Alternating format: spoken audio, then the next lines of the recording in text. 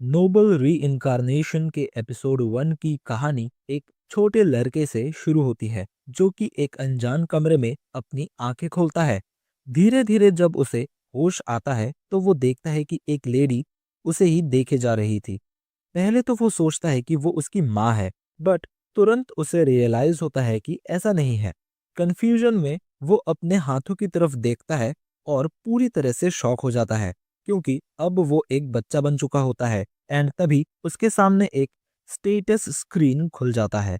तभी उसके सामने एक लंबी दाढ़ी मूंछों वाला आदमी आता है। वो लेडी उसे काफी रिस्पेक्ट से किंग कह के बुलाती है। वो आदमी बच्चे के पास आके उसे ध्यान से देखने लगता है। उसे देख के बच्चा सोचता है कि क्या ये आदमी इस दुनिया का एक एम्परर है। थोड़ी ही देर में उसे एक प्रीस्ट के सामने ले जाया जाता है नेमिंग सेरेमनी के लिए।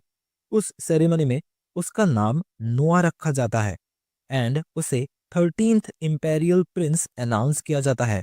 नोआ अपने स्टेटस फिर से चेक करता है और देखता है कि इंपेरियल प्रिंस उसकी टाइटल लिस्ट में ऐड हो चुका है। इससे ये कंफर्म हो जाता है कि नोआ इस किंगडम के एम्परर का बेटा है। नेमिंग सेरेमनी खत्म होते ही एम्परर प्रीस्ट से पूछता है कि नोआ की एबिलिटी क्या है, जिस पे प्रीस्ट जवाब देता है कि नोआ की एबिलिटी वाटर है एंड उसे एल्मीरिया नेशन देना सही रहेगा, जहां वाटर क्लैन के बहुत सारे लोग रहते हैं। ये सुन के एम्परर को काफी ज्यादा अच्छा लगता है। इसके बाद एम्परर प्रीस्ट को नोआ के सारे स्टैट्स रिवील करने को कहता है। जैसे ही प्रीस्ट स्टैट्स बताता है, कमरे में मौजूद सभी लोग बहुत ज्यादा शॉक हो जाते हैं, क्योंकि एक न्यूबॉर्न के हिसाब से उसके स्टैट्स काफी इम्प्रेसिव होते हैं एंड उसकी वाटर एबिलिटी एस रैंक तक पहुंच चुकी होती है।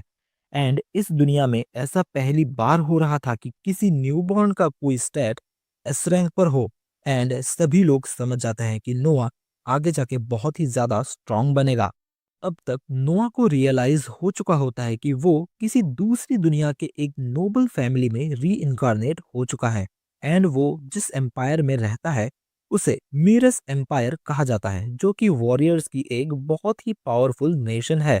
फिर सीन शिफ्ट होता है एंड हम देखते हैं कि नोआ अब 6 साल का हो चुका है एंड अब तक उसे एक बात समझ में आ चुकी है कि उसके जो हाई स्टैट्स हैं वो उसके सबॉर्डिनेट्स की वजह से हैं एंड अल्मीरिया नेशन की वजह से ही नोआ का water ability stat S rank तक पहुंच चुका है।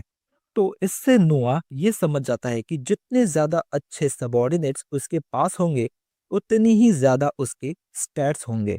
फिर हम देखते हैं कि जब मेड्स नोआ को रेडी कर देती हैं एंड नोआ वहां से चला जाता है, तब वो लोग बोलती हैं कि नोआ बाकी बच्चों से काफी ज्यादा अलग है और मैच्योर भी एंड उसका बिहेवियर भी काफी ज्यादा काम एंड कंपोज्ड है। फिर सीन शिफ्ट होता है एंड एक मेड आके नोआ को बोलती है कि crown Prince and fourth Prince नोआ से मिलने आए हैं एंड उन्होंने कहा है कि नोआ आराम से अपना खाना खत्म करके फिर आ सकता है। बट नोआ जानता है कि क्राउन प्रिंस कौन होता है एंड वो उसे वेट नहीं करा सकता एंड इसीलिए वो तुरंत उन दोनों के पास आ जाता है एंड अपने बड़े भाई एल्बर्ट एंड हेनरी को ग्रीट करता है। इनमें से एल्बर्ट क्राउन प्रिंस है एंड ग्रीटिंग्स के बाद एल्बर्ट नोआ से कहता है कि वो उसके लिए एक गिफ्ट लाया है एंड तभी एक डरा हुआ सर्वेंट एक बॉक्स को अपने साथ लेकर अंदर आता है। उस बॉक्स से काफी ज्यादा डार्क एनर्जी बाहर निकल रही थी, जिससे पूरा कमरा हैवी एंड टेंस हो जाता है। एल्बर्ट सर्वेंट को उस बॉक्स को खोलने के लिए कहता है एंड जैसे ही वो बॉक्स खुलता है, नोआ भी काफी ज्यादा शॉक हो जाता है, क्योंकि उस बॉक्स में एक स्वॉर्ड थी जिसमें से काफी सारे लोगों की चीखने एंड चिल्लाने की आवाजें आ रही थी। नोआ समझ जाता है कि ये एक कर्स्ड स्वॉर्ड है, बट तभी एल्बर्ट नोआ से वो स्वॉर्ड उठाने को कहता है। इवन दो नोआ उस स्वॉर्ड को उठाना नहीं चाहता था, पर वो क्राउन प्रिंस की तरफ से एक डायरेक्ट गिफ्ट को मना भी नहीं कर सकता था एंड यही सोच के वो ये स्वॉर्ड उठा लेता है।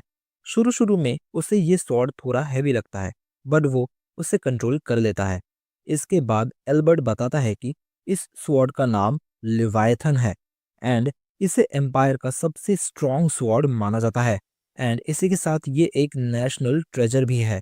अब तक लगभग 120 लोग इसे मास्टर करने के चक्कर में मारे जा चुके हैं। ये सुनने के बाद नोआ का फेस नर्वस हो जाता है। हेनरी ये नोटिस कर लेता है एंड वो उसे समझाता है कि उसे चिंता करने की कोई जरूरत नहीं है। हेनरी नोआ को समझाता है कि जो भी इंसान इस स्वॉर्ड के लायक नहीं होता और इस स्वॉर्ड को उठाने की कोशिश करता है, तो स्वॉर्ड का कर्स उसे उसी मोमेंट मार देता है। इस हिसाब से नोआ का बिना किसी प्रॉब्लम के स्वॉर्ड को उठा पाना ये प्रूव करता है कि वो इस स्वॉर्ड के कुछ हद तक वर्दी है।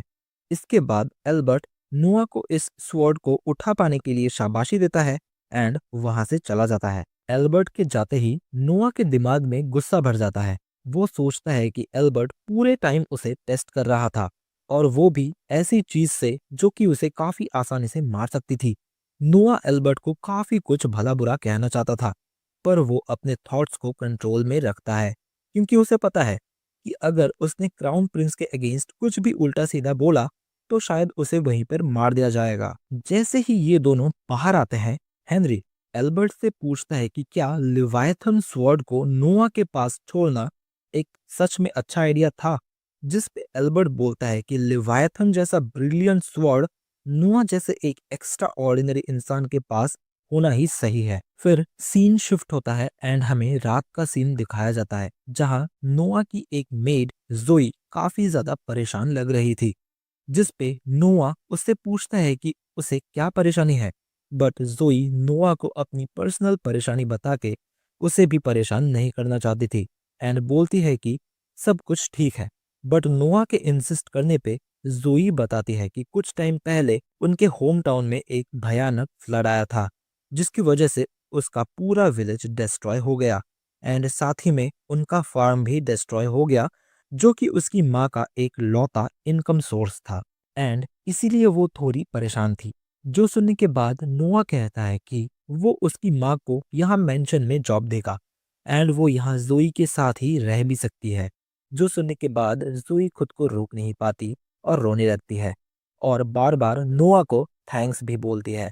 इसके बाद नोआ बटलर ढीलन को बुलाता है एंड उसे फ्लड के सिचुएशन के बारे में बताता है एंड बोलता है कि वो जोई के होम टाउन जाए और वहाँ जितनी हो सके उतनी लैंड खरीद ले। नोआ जानता है कि डिजास्टर के बाद वहाँ केओस फैलेगा एंड लोग उस सिचुएशन का फायदा उठाने जरूर आएंगे, इसीलिए वो चाहता है कि वहाँ की लैंड को पहले ही सिक्योर कर लिया जाए। धीलन इस ऑर्डर को सुन के काफी सरप्राइज हो जाता है और सोचता है कि नोआ इतना यंग होने के बावजूद भी इतनी दूर की सोच पा रहा है। असल में नोआ ऐसी सिचुएशंस अपनी पास्ट लाइफ में देख चुका होता है, पर वो ये सब किसी को बता नहीं सकता। एंड फिर ढीलन बताता है कि आइडिया तो काफी अच्छा है, पर इतनी सारी लैंड खरीदने के लिए काफी सारे पैसे चाहिए होंगे। जो सुनने के बाद नोआ कुछ टाइम तक सोचने लगता है एंड कैपिटल के पास जो नोआ के नाम पे एक लैंड है वो उसे सेल करने का कहता है।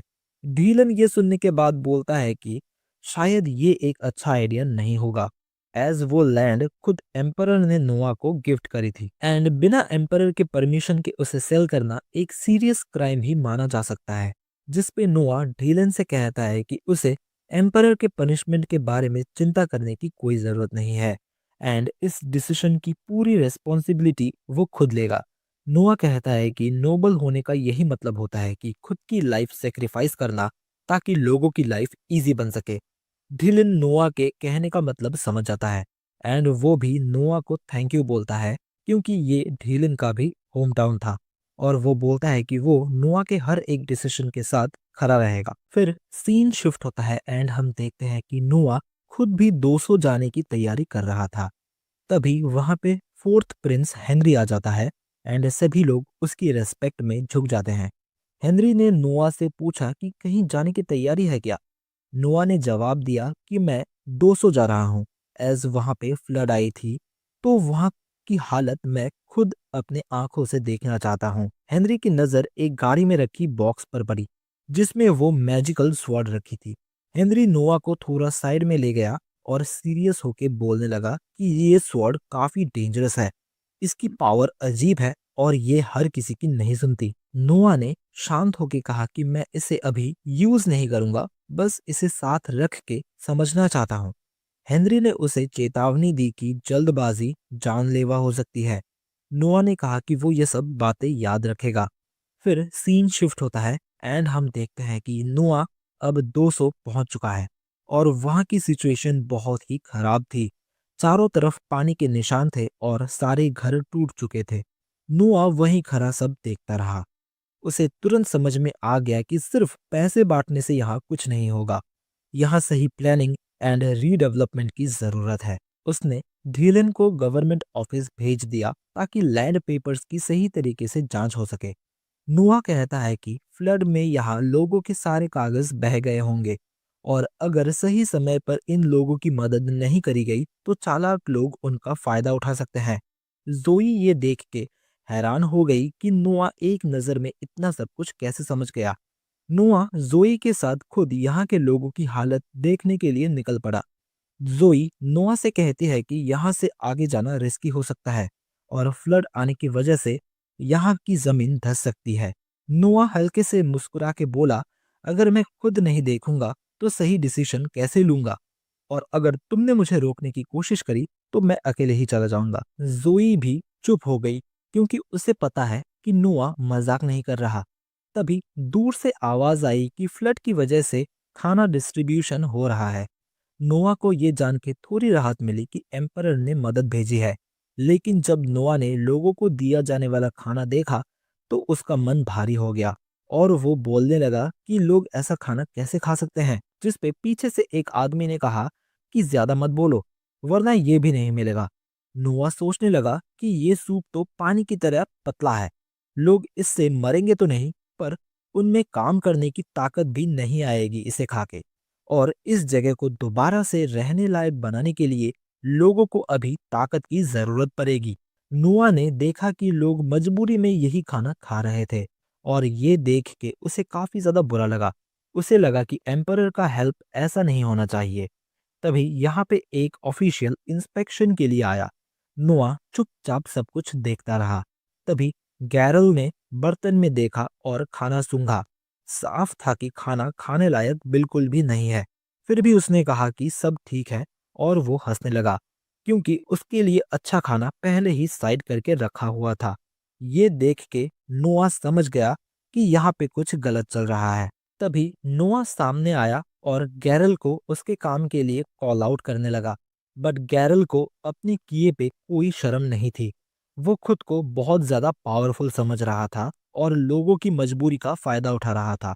नोआ को ये बिल्कुल भी पसंद नहीं आया कि ये लोगों की मजबूरी का फायदा उठा रहा था।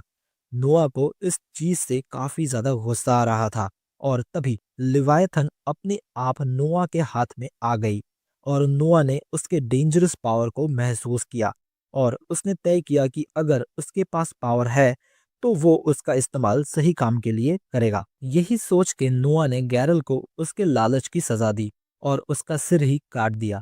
ये देख के गैरल के साथ काम करने वाले लोग भाग गए और नोआ के अटैक से जमीन पर इतना बड़ा निशान बन गया कि सभी आसपास के लोग डर गए। तभी वहां पे कुछ सोल्जर्स भी आ गए। उस ट्रुप के कैप्टन ने नोआ को देखा और तुरंत ही पहचान गया कि ये 13th इंपेरियल प्रिंस है। वो तुरंत नोआ के सामने झुक गया और उससे माफी मांगने लगा कि उसे पहले इन सब चीजों के बारे में पता नहीं था और उसने सभी को बोला कि वो सभी एक प्रिंस के सामने खड़े हुए हैं। ये सुनते ही सारे लोग एक साथ झुक गए। इसके बाद नोआ ने रॉन को बताया कि खाने के इंतजाम में काफी बड़ा फ्रॉड हुआ है। नोआ ने कहा कि इसमें जितने भी लोग शामिल थे उन सभी को पनिशमेंट मिलनी चाहिए और उसने ये भी कहा कि अब से खाना ऐसा होना चाहिए जो कि लोगों को सच में ताकत दे। रॉन ने बिना किसी सवाल के नोआ की बात मान ली और उसने कहा कि वो यहाँ पे सब कुछ ठीक कर देगा।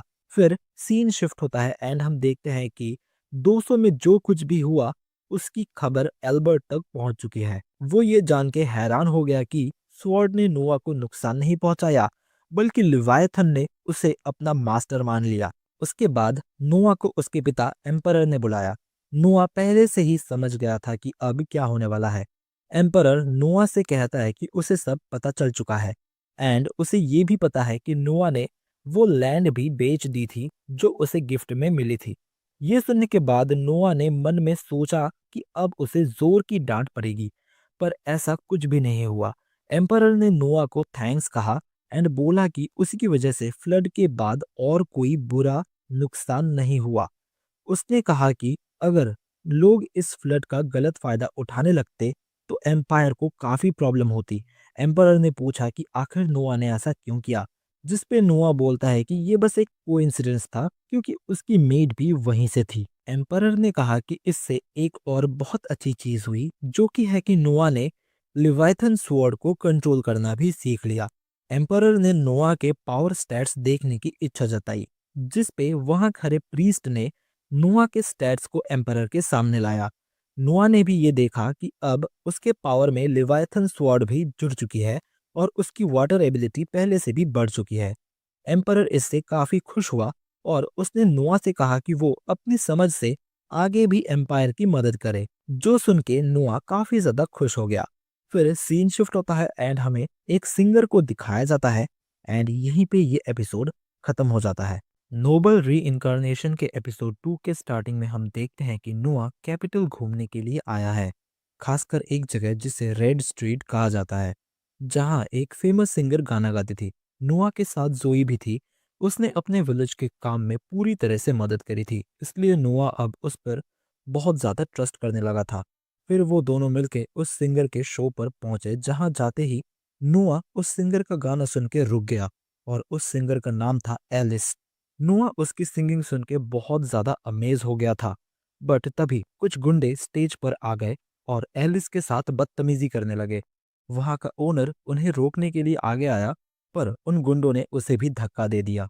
वो लोग एलिस पर दबाव बनाने लगे और बोलने लगे कि वो सिर्फ गाना गा के अपने पिता के लोन को कभी नहीं चुका पाएगी। उनकी बातें सुन के एलिस काफी ज्यादा डर गई और वो काफी ज्यादा हेल्पलेस लगने लगी। नोआ ये सब चुपचाप नहीं देख सकता था, इसलिए वो आगे आया और उन्हें रुकने के लिए कहा, पर उनमें से एक आदमी को गुस्सा आ गया और उसने नोआ को पकड़ लिया। उसी टाइम पे लेवाइथन ने अपना असर दिखाया और स्वॉर्ड में से एक अजीब सी एनर्जी निकली और वो सभी गुंडे वहीं पर ढेर हो गए। फिर वो लोग नोआ को धमकी देते हुए वहां से भाग गए। नोआ ने ओनर को समझा दिया कि अगर वो लोग दोबारा आए तो उन्हें सीधा उसके पास भेज दिया जाए। जोई ने ओनर को एक कार्ड दिया, जिसे देख के ओनर को समझ में आ गया कि वो कोई मामूली बच्चा नहीं बल्कि 13th इंपेरियल प्रिंस है। ये जान के वहां मौजूद सभी लोग हैरान हो गए। नोआ ने किसी की रिएक्शन पर ध्यान नहीं दिया और उसने एलिस से कहा कि उसका गाना सच में बहुत ही ज्यादा अच्छा था। नोआ ने एलिस से उसके हर महीने के जरूरत के बारे में पूछा, जिस पे एलिस ने जवाब दिया कि उसे घर के खर्चे के साथ साथ अपनी माँ का ट्रीटमेंट भी करवाना पड़ता है। जो सुन के नोआ ने फैसला किया कि वो एलिस को हर महीने 25 रन देगा, ताकि वो बिना किसी टेंशन के सिर्फ अपनी सिंगिंग पे ध्यान दे सके। और उसने ये भी कहा कि अगर वो और भी ज्यादा अच्छा गाने लगे तो ये अमाउंट फ्यूचर में बढ़ भी जाएगी। ये सुन के एलिस काफी ज्यादा खुश हो गई और उसने नोआ को थैंक यू बोला। फिर नोआ ने एलिस को उसकी टोपी लौटा दी एंड उसे उसका गाना कंप्लीट करने के लिए कहा। फिर अगले सीन में जब नोआ अपने पैलेस पहुंचा तो उसने गेट के बाहर कुछ लोगों को सिर झुकाए वहां बैठे हुए देखा। फिर हमें पता चलता है कि ये वही लोग हैं जो कि एलिस को परेशान कर रहे थे और अब वो नोआ से मिलके उससे माफी मांगना चाहते हैं। नोआ ने कहा कि उन्हें वापस भेज दिया जाए और उन्हें बता दिया जाए कि एक प्रिंस से जब चाहे तब नहीं मिला जा सकता। हेनरी ने नोआ के इस समझदारी की तारीफ की। उसने कहा कि बिना सोचे समझे ऐसे लोगों को मिलने देना रॉयल फैमिली की वैल्यू कम कर देता है। नोआ ने कहा कि ये बात तो सही है, पर उसके माइंड में एक और रीजन भी था। अंदर जाके नोआ ने हेनरी से कहा कि वो उस सिंगर की मदद करना चाहता है। उसने कहा कि जब उन लोगों को पता चलेगा कि प्रिंस अभी भी नाराज है तो वो लोग उस लड़की को दोबारा परेशान नहीं करेंगे। हेनरी नोआ की तारीफ करते हुए बोलता है कि वो इतनी कम उम्र में भी इतनी आगे की सोच सकता है, जहां उसी की उम्र के दूसरे बच्चे इतने समझदार नहीं होते। फिर बात मैजिक स्वॉर्ड पे आ गई और हेनरी नोआ से पूछता है कि क्या उसने सच में उस स्वॉर्ड को मास्टर कर लिया है। एंड नोआ इस बात को एक्सेप्ट करता है एंड बोलता है कि ये सब हेनरी की ही एडवाइस की वजह से हुआ है, क्योंकि उसी ने कहा था कि इस स्वॉर्ड की एक अपनी विल है। फिर हेनरी ने नोआ से पूछा कि वो इतनी बड़ी स्वॉर्ड को अपने साथ कैरी कैसे करता है, जिस पे नोआ बताता है कि स्वॉर्ड हर टाइम इतनी बड़ी नहीं रहती एंड नोआ अपने मन मुताबिक इस स्वॉर्ड को छोटा या बड़ा कर सकता है। हेनरी ये देख के शॉक हो गया और नोआ ने उसे समझाया कि वो स्वॉर्ड को ऐसे ही छोटा बनाकर अपनी स्लीव्स में छुपा के रखता है। नोआ ने बताया कि ये तरीका स्वॉर्ड ने ही उसे सिखाया था। हेनरी को ये मानने में थोड़ा टाइम लगा क्योंकि ये स्वॉर्ड बहुत टाइम से एक नेशनल ट्रेजर की तरह रखी गई थी और कोई भी अब तक इसे यूज नहीं कर पाया था। फिर सीन शिफ्ट होता है एंड हम देखते हैं कि वही गुंडे अभी भी गेट के बाहर बैठे हुए हैं। पूरा दिन बीत जाने के बाद भी जब नोआ उनसे नहीं मिला तब उनका पेशेंस अब पूरी तरह से खत्म हो गया था। जैसे ही नोआ बाहर आया उनमें से एक आदमी बिल्कुल कंट्रोल खो बैठा और बाकी लोग उसे रोकने की कोशिश कर रहे थे, लेकिन वो किसी की सुनने को तैयार ही नहीं था। नोआ ने कुछ नहीं कहा, उसने बस एक नजर उनकी तरफ देखी और लिवाइथन की पावर की वजह से वो लोग वहीं पर फ्रीज हो गए एंड माहौल फिर से शांत हो गया। हेनरी ये देख के समझ गया कि नोआ ने फिर से स्वॉर्ड का पावर यूज किया है। फिर सीन शिफ्ट होता है एंड हम देखते हैं कि नोआ एक पार्टी में पहुंचता है। जैसे ही नोआ अंदर आया पूरा हॉल तालियों से गूंज उठा। ये साफ दिख रहा था कि अब लोग उसे बस एक प्रिंस नहीं बट एक ऐसे इंसान के रूप में देखने लगे थे जो कि सच में लोगों की मदद करता है। रेडॉक ने मुस्कुराते हुए नोआ से पूछा कि प्रिंस, आपके कमर में ये क्या है? नोआ ने जवाब दिया कि ये क्राउन प्रिंस की तरफ से मिला एक गिफ्ट है। ये सुनते ही पूरा कमरा शांत हो गया एंड किसी को यकीन ही नहीं हुआ कि एक नेशनल ट्रेजर ऐसे कमर में लटका के घूमा जा सकता है। तभी एक आदमी हंस पड़ा और बोला, एक इतना छोटा बच्चा एक असली ट्रेजर लिए कैसे घूमेगा? ये तो कोई खिलौना होगा। लेकिन जैसे ही नोआ की नजर उस आदमी पर पड़ी, उस आदमी का चेहरा सफेद पड़ गया। उसे समझ में आ गया कि उसने बहुत बड़ी गलती कर दी है। वो तुरंत बात बदलने की कोशिश करने लगा, लेकिन तभी लिवाइथन ने अपनी पावर रिलीज कर दी और पूरे हॉल में एक घुटन भरी प्रेशर फैल गई और सभी लोग डरने लगे। बट अगले ही पल सब कुछ नॉर्मल हो गया।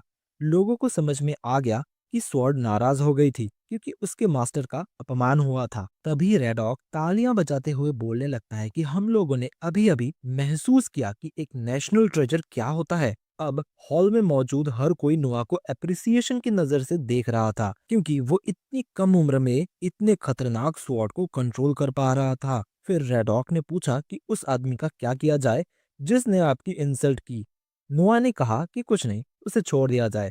उसके बाद हर कोई एक एक करके नोआ को अपना इंट्रोडक्शन देने लगा। फिर एलन नाम का एक आदमी नोआ से मिलने आया और उसके साथ एक बच्ची भी थी जिसका नाम था कैंडी। इंट्रोडक्शन के बाद नोआ ने एलन से पूछा कि क्या कैंडी उसकी बायोलॉजिकल डॉटर नहीं है। ये सुन के एलन शॉक हो जाता है। नोआ समझाता है कि एलन के वे ऑफ स्पीकिंग में ही नोबिलिटी है, बट कैंडी के साथ ऐसा नहीं है और उसके आंखों में देखने का तरीका स्लेवरी झेल चुके लोगों जैसा है। एलन तुरंत अपने घुटनों पे बैठ जाता है और मान लेता है कि ये सच है। वो बोलता है कि उसने कैंडी को एक स्लेव की तरह ही खरीदा था, पर वो काफी होशियार थी, इसलिए उसने उसे अपनी बेटी की तरह से ही पाला है। नोआ ये सुन के काफी ज्यादा खुश हो गया और वो बोला कि मुझे आप जैसे लोग काफी ज्यादा पसंद है। एंड नोआ ने उन दोनों को अपने मैंशन में भी इनवाइट करा एंड फिर वो दोनों वहां से चले गए। एंड फिर सीन शिफ्ट होता है एंड हम देखते हैं कि नोआ अगले दिन बिना किसी रीजन के ही कैपिटल में घूमने निकल पड़ा है। एंड तभी उसकी मुलाकात अपने बड़े भाई ऑस्कर के साथ होती है। ऑस्कर को ये जान के काफी मजेदार लगा कि नोआ अकेले ही घूमने निकल पड़ा है, क्योंकि नॉर्मली रॉयल फैमिली के बच्चे ऐसे घूमने नहीं निकलते। उस दिन ऑस्कर को भी कोई खास काम नहीं था, इसलिए वो भी नोआ के साथ घूमने निकल पड़ा। उसने कहा कि क्यों ना आज मार्केट में कोई ट्रेजर ढूंढा जाए। नोआ को भी ये आइडिया काफी अच्छा लगा, पर पूरा दिन मार्केट में घूमने के बाद भी उन्हें कुछ खास नहीं मिला। ऑस्कर ने कहा कि शायद आज उनकी किस्मत इतनी अच्छी नहीं है। नोआ को भी ऐसा ही लगने लगा, पर जाते जाते नोआ की नजर एक पुरानी किताब पर पड़ गई। नोआ को वो किताब थोड़ी सी अजीब सी लगी, इसलिए उसने उस किताब को खरीद लिया। ऑस्कर ने उस किताब को देखकर कहा कि ये तो एक बहुत बड़े मेज की एक असली ग्रीमोर है। जैसे ही नोआ ने उस किताब को छुआ, लिवाइथन ने एक अजीब सा रिएक्शन दिया एंड नोआ ने स्वॉर्ड को उस किताब से टच किया एंड तभी उस किताब में से उसी महान मेज की स्पिरिट निकल आई जो कि इस किताब में कैद थी। ये देख के ऑस्कर बोलने लगा कि अभी के लिए यहाँ से निकलना ही सही रहेगा, पर नोआ ने अगले ही पल लिवाइथन से एक अटैक किया और उस स्पिरिट को वहीं पर खत्म कर दिया। ऑस्कर ये देख के हैरान हो गया कि इतने खतरनाक अटैक के बाद भी वहां के बिल्डिंग एंड लोग बिल्कुल सेफ हैं। अगले ही पल एक आदमी इन दोनों के पास आया और बोला कि इसी गली में उसकी एक मैजिक आइटम्स की शॉप है। उसने कहा कि उसने अभी अभी प्रिंस की ताकत देखी और वो उन्हें एक खास चीज दिखाना चाहता है। वो दोनों ही उसके साथ उसके शॉप में चले गए। वहां उस आदमी ने उन्हें एक रिंग दिखाई और कहा कि ये रिंग सिर्फ अपने मास्टर के सामने ही अपनी असली ताकत दिखाता है। ऑस्कर ने नोआ को ये रिंग पहनने को कहा एंड नोआ ने जैसे ही उस रिंग को पहना वो रिंग चमकने लगी एंड उस रिंग ने नोआ को अपना नया मास्टर मान लिया और देखते ही देखते वो रिंग एक आर्मर में बदल गई। ऑस्कर ने कहा कि ये उसकी तरफ से नोआ के लिए एक गिफ्ट है एंड इसके बाद दोनों ही शॉप से बाहर निकल आए एंड ऑस्कर ने नोआ से पूछा कि क्या वो उसे घर छोड़ दे, लेकिन नोआ ने कहा कि नहीं, वो किसी का इंतजार कर रहा है। अगले ही मोमेंट वही पहले का एक गुंडा नोआ पे अटैक कर देता है। जोई ने भी बिना सोचे समझे आगे बढ़कर नोआ को बचाने की कोशिश करी, लेकिन उससे पहले ही नोआ के रिंग ने अपनी पावर दिखाई और अपने आप ही एक शील्ड में ट्रांसफॉर्म हो गई एंड वो हमला बेकार हो गया एंड उस आदमी को भी वहीं पर पकड़ लिया गया। रिंग की ये पावर देख के ऑस्कर भी हैरान हो गया, लेकिन नोआ ने उसे समझाया कि उसने पहले ही इस रिंग को लेवायथन से कनेक्ट कर दिया था एंड इसीलिए जब उस पे हमला हुआ रिंग ने अपने आप ही उसे प्रोटेक्ट कर लिया। इसके बाद सीन शिफ्ट होता है एंड हम देखते हैं कि नोआ फिर से एलिस का गाना सुनने के लिए आ गया है, बट नोआ देखता है कि आज भी कुछ लोग यहाँ एलिस को परेशान कर रहे हैं। नोआ बिना टाइम वेस्ट किए स्टेज पर चढ़ गया और उन दोनों के बीच में लड़ाई रोक दी। इसके बाद उसने उन दोनों आदमी को लेवायथन के पावर से एक झटका दिया, जिससे डर के वो दोनों वहां से भाग गए। सब कुछ शांत होने के बाद एलिस सोचने लगी कि वो नोआ का ये एहसान कैसे उतारेगी, जिस पे नोआ ने बोला कि उसे कुछ भी करने की जरूरत नहीं है, वो बस अपने गाने पे ध्यान दे, क्योंकि वो चाहता है कि एक दिन एम्परर भी उसे गाते हुए सुने। ये सुन के एलिस काफी ज्यादा खुश हो गई और रोने लगी एंड फिर से वो अपना गाना कंटिन्यू करती है एंड यहीं पे ये एपिसोड खत्म हो जाता है। नोबल री इनकारनेशन के एपिसोड 3 के स्टार्टिंग में हम देखते हैं कि नोआ के मेड्स उसे रेडी कर रहे थे। तभी एक दूसरी मेड आके बोलती है कि एक गेस्ट नोआ से मिलने के लिए आया है। नोआ समझ जाता है कि ये होलजॉय के गवर्नर जनरल हैं एंड नोआ उन्हें पैलेस के अंदर आने देने के लिए कहता है। फिर हमें बताया जाता है कि रॉयल फैमिली में एक ट्रेडिशन है कि रॉयल फैमिली के प्रिंस को एक लैंड दिया जाता है ताकि वो उस जगह को रूल कर सके और गवर्नमेंट अफेयर्स सीख सके। फिर हम देखते हैं कि ये मार्ले नाम का बंदा नोआ को रिस्पेक्ट से ग्रीट करता है, जिस पे नोआ बोलता है कि इतनी ज्यादा फॉर्मेलिटी करने की जरूरत नहीं है एंड उसे ऊपर बैठने के लिए कहता है। फिर नोआ बताता है कि ये दूसरी बार था जब वो इस आदमी से मिल रहा है एंड इससे पहले वो 1 साल पहले इस आदमी से मिला था जब वो एक गवर्नर जनरल बना था। फिर नोआ मार्ले से पूछता है कि होलजॉय में सब कुछ कैसा चल रहा है, एज उसे एक इंपेरियल ऑर्डर दिया गया था होलजॉय में फ्लड कंट्रोल करने के लिए। मार्ले का उतरा हुआ चेहरा देख के नोआ समझ जाता है कि होलजॉय में फ्लड की वजह से चीजें ठीक नहीं है। फिर हमें पता चलता है कि होलजॉय एक बहुत ही बड़ा लैंड है जहाँ ज्यादातर खाने की चीजें उगाई जाती है और एक बहुत बड़े रिवर के पास में होने की वजह से होलजॉय में ओकेशनली फ्लड आती रहती है एंड एस मार्ले अल्मेरिया के वाटर क्लैन से बिलोंग करता है, इसीलिए एम्परर ने उसे होलजॉय का गवर्नर जनरल बनाया था, इस उम्मीद में कि वो वहां का फ्लड कंट्रोल कर पाएगा। फिर नोआ उससे पूछता है कि आखिर वहां प्रॉब्लम्स क्या आ रही है, जिस पे मार्ले बताता है कि उन्हें फ्लड कंट्रोल करने के लिए अभी तक कोई फंडिंग नहीं मिली है, जिस वजह से वहां के फ्लड के सिचुएशन को अभी तक ठीक नहीं करा जा सका है। जो सुन के नोआ शॉक हो जाता है एंड बोलता है कि ऐसा कैसे हो सकता है, तुम्हारे पास थोड़ी बहुत तो फंडिंग होगी ही, एज ये एक इम्पेरियल ऑर्डर था।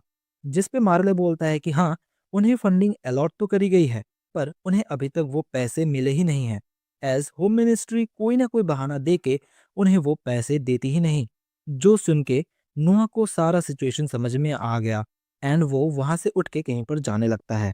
फिर सीन शिफ्ट होता है एंड हम देखते हैं कि नोआ फाइनेंस मिनिस्टर से मिलने के लिए आया है, जिस पे वो मिनिस्टर नोआ से पूछता है कि प्रिंस, क्या कोई खास वजह है कि आप आज खुद मुझसे मिलने के लिए आए हैं। फिर नोआ मार्ले के सिचुएशन के बारे में बताता है एंड बोलता है कि फाइनेंस मिनिस्टर की तरफ से उसके फंड्स को डिले किया जा रहा है। जो सुनने के बाद वो मिनिस्टर इस चीज को पूरी तरह से डिनाई कर देता है और नोआ पूछता है कि तो फिर मार्ले को अब तक उसकी फंडिंग क्यों नहीं मिली है, जिस पे वो मिनिस्टर फिर से एक एक्सक्यूज देने की कोशिश करने लगता है। बट तभी नोआ बोलता है कि अगर तुम ये बोलना चाहते हो कि ये सब एक बच्चा नहीं समझेगा तो फिर चुप रहो। जिस पे मिनिस्टर घबरा जाता है एंड बोलता है कि वो ऐसा सोचने की हिम्मत भी नहीं कर सकता।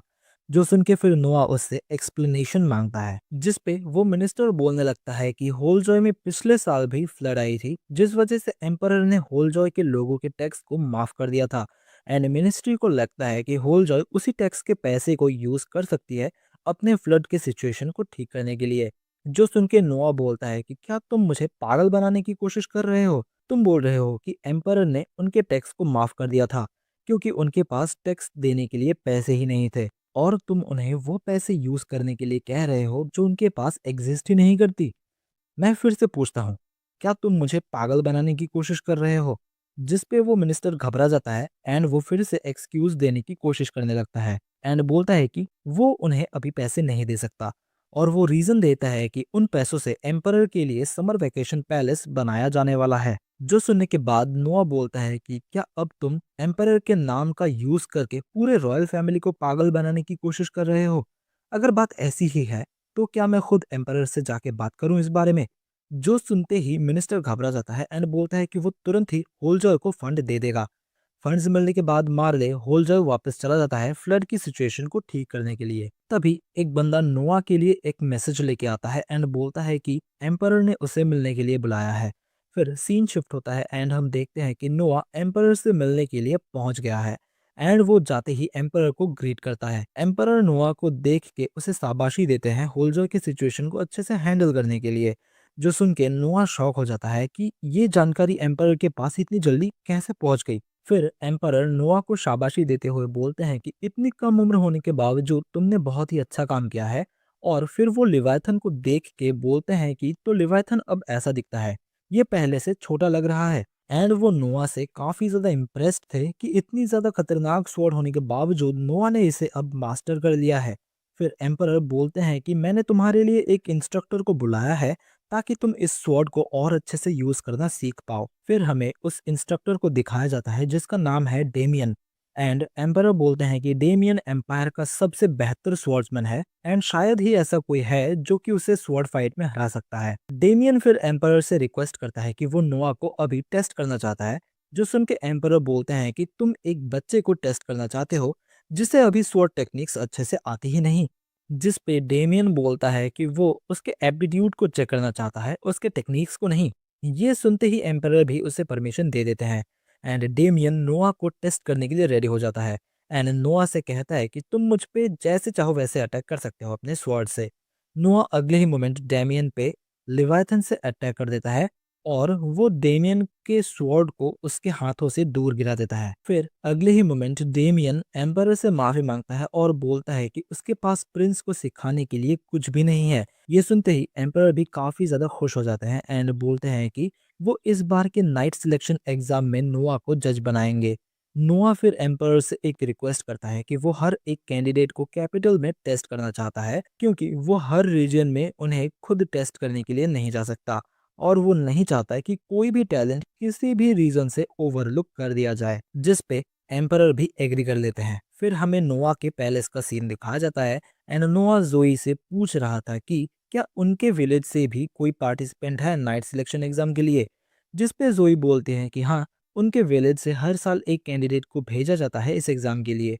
जिस पे नोआ बोलता है कि इस साल के सारे प्रिलिमिनरी एग्जाम्स हो गए हैं एंड अगर उनका विलेज चाहे तो और कैंडिडेट्स को भेज सकता है। जिस पे जोई कुछ बोलना चाहती थी पर वो बोलने से हेजिटेट करती है, जो कि नोआ नोटिस कर लेता है एंड पूछता है कि क्या बात है। जिस पे जोई बताती है कि उनके विलेज से एक और कैंडिडेट को भेजना उनके लिए पॉसिबल ही नहीं है क्योंकि सिर्फ एक कैंडिडेट को ही इस एग्जाम में भेजने के लिए उन्हें विलेज के सभी लोगों से डोनेशन लेना पड़ता है क्योंकि कैपिटल में सभी चीजें बहुत ज्यादा महंगी है एंड इसीलिए वो लोग हर साल बस एक ही कैंडिडेट को भेजते हैं। जिस पे नोआ बोलता है कि कोई बात नहीं, मैं इस प्रॉब्लम को भी सॉल्व कर दूंगा क्योंकि मैं जितने पॉसिबल उतने टैलेंट्स को रिक्रूट करना चाहता हूँ। एंड बोलता है कि वो हर एक कैंडिडेट के रहने और खाने का इंतजाम खुद फ्री में करवाएगा।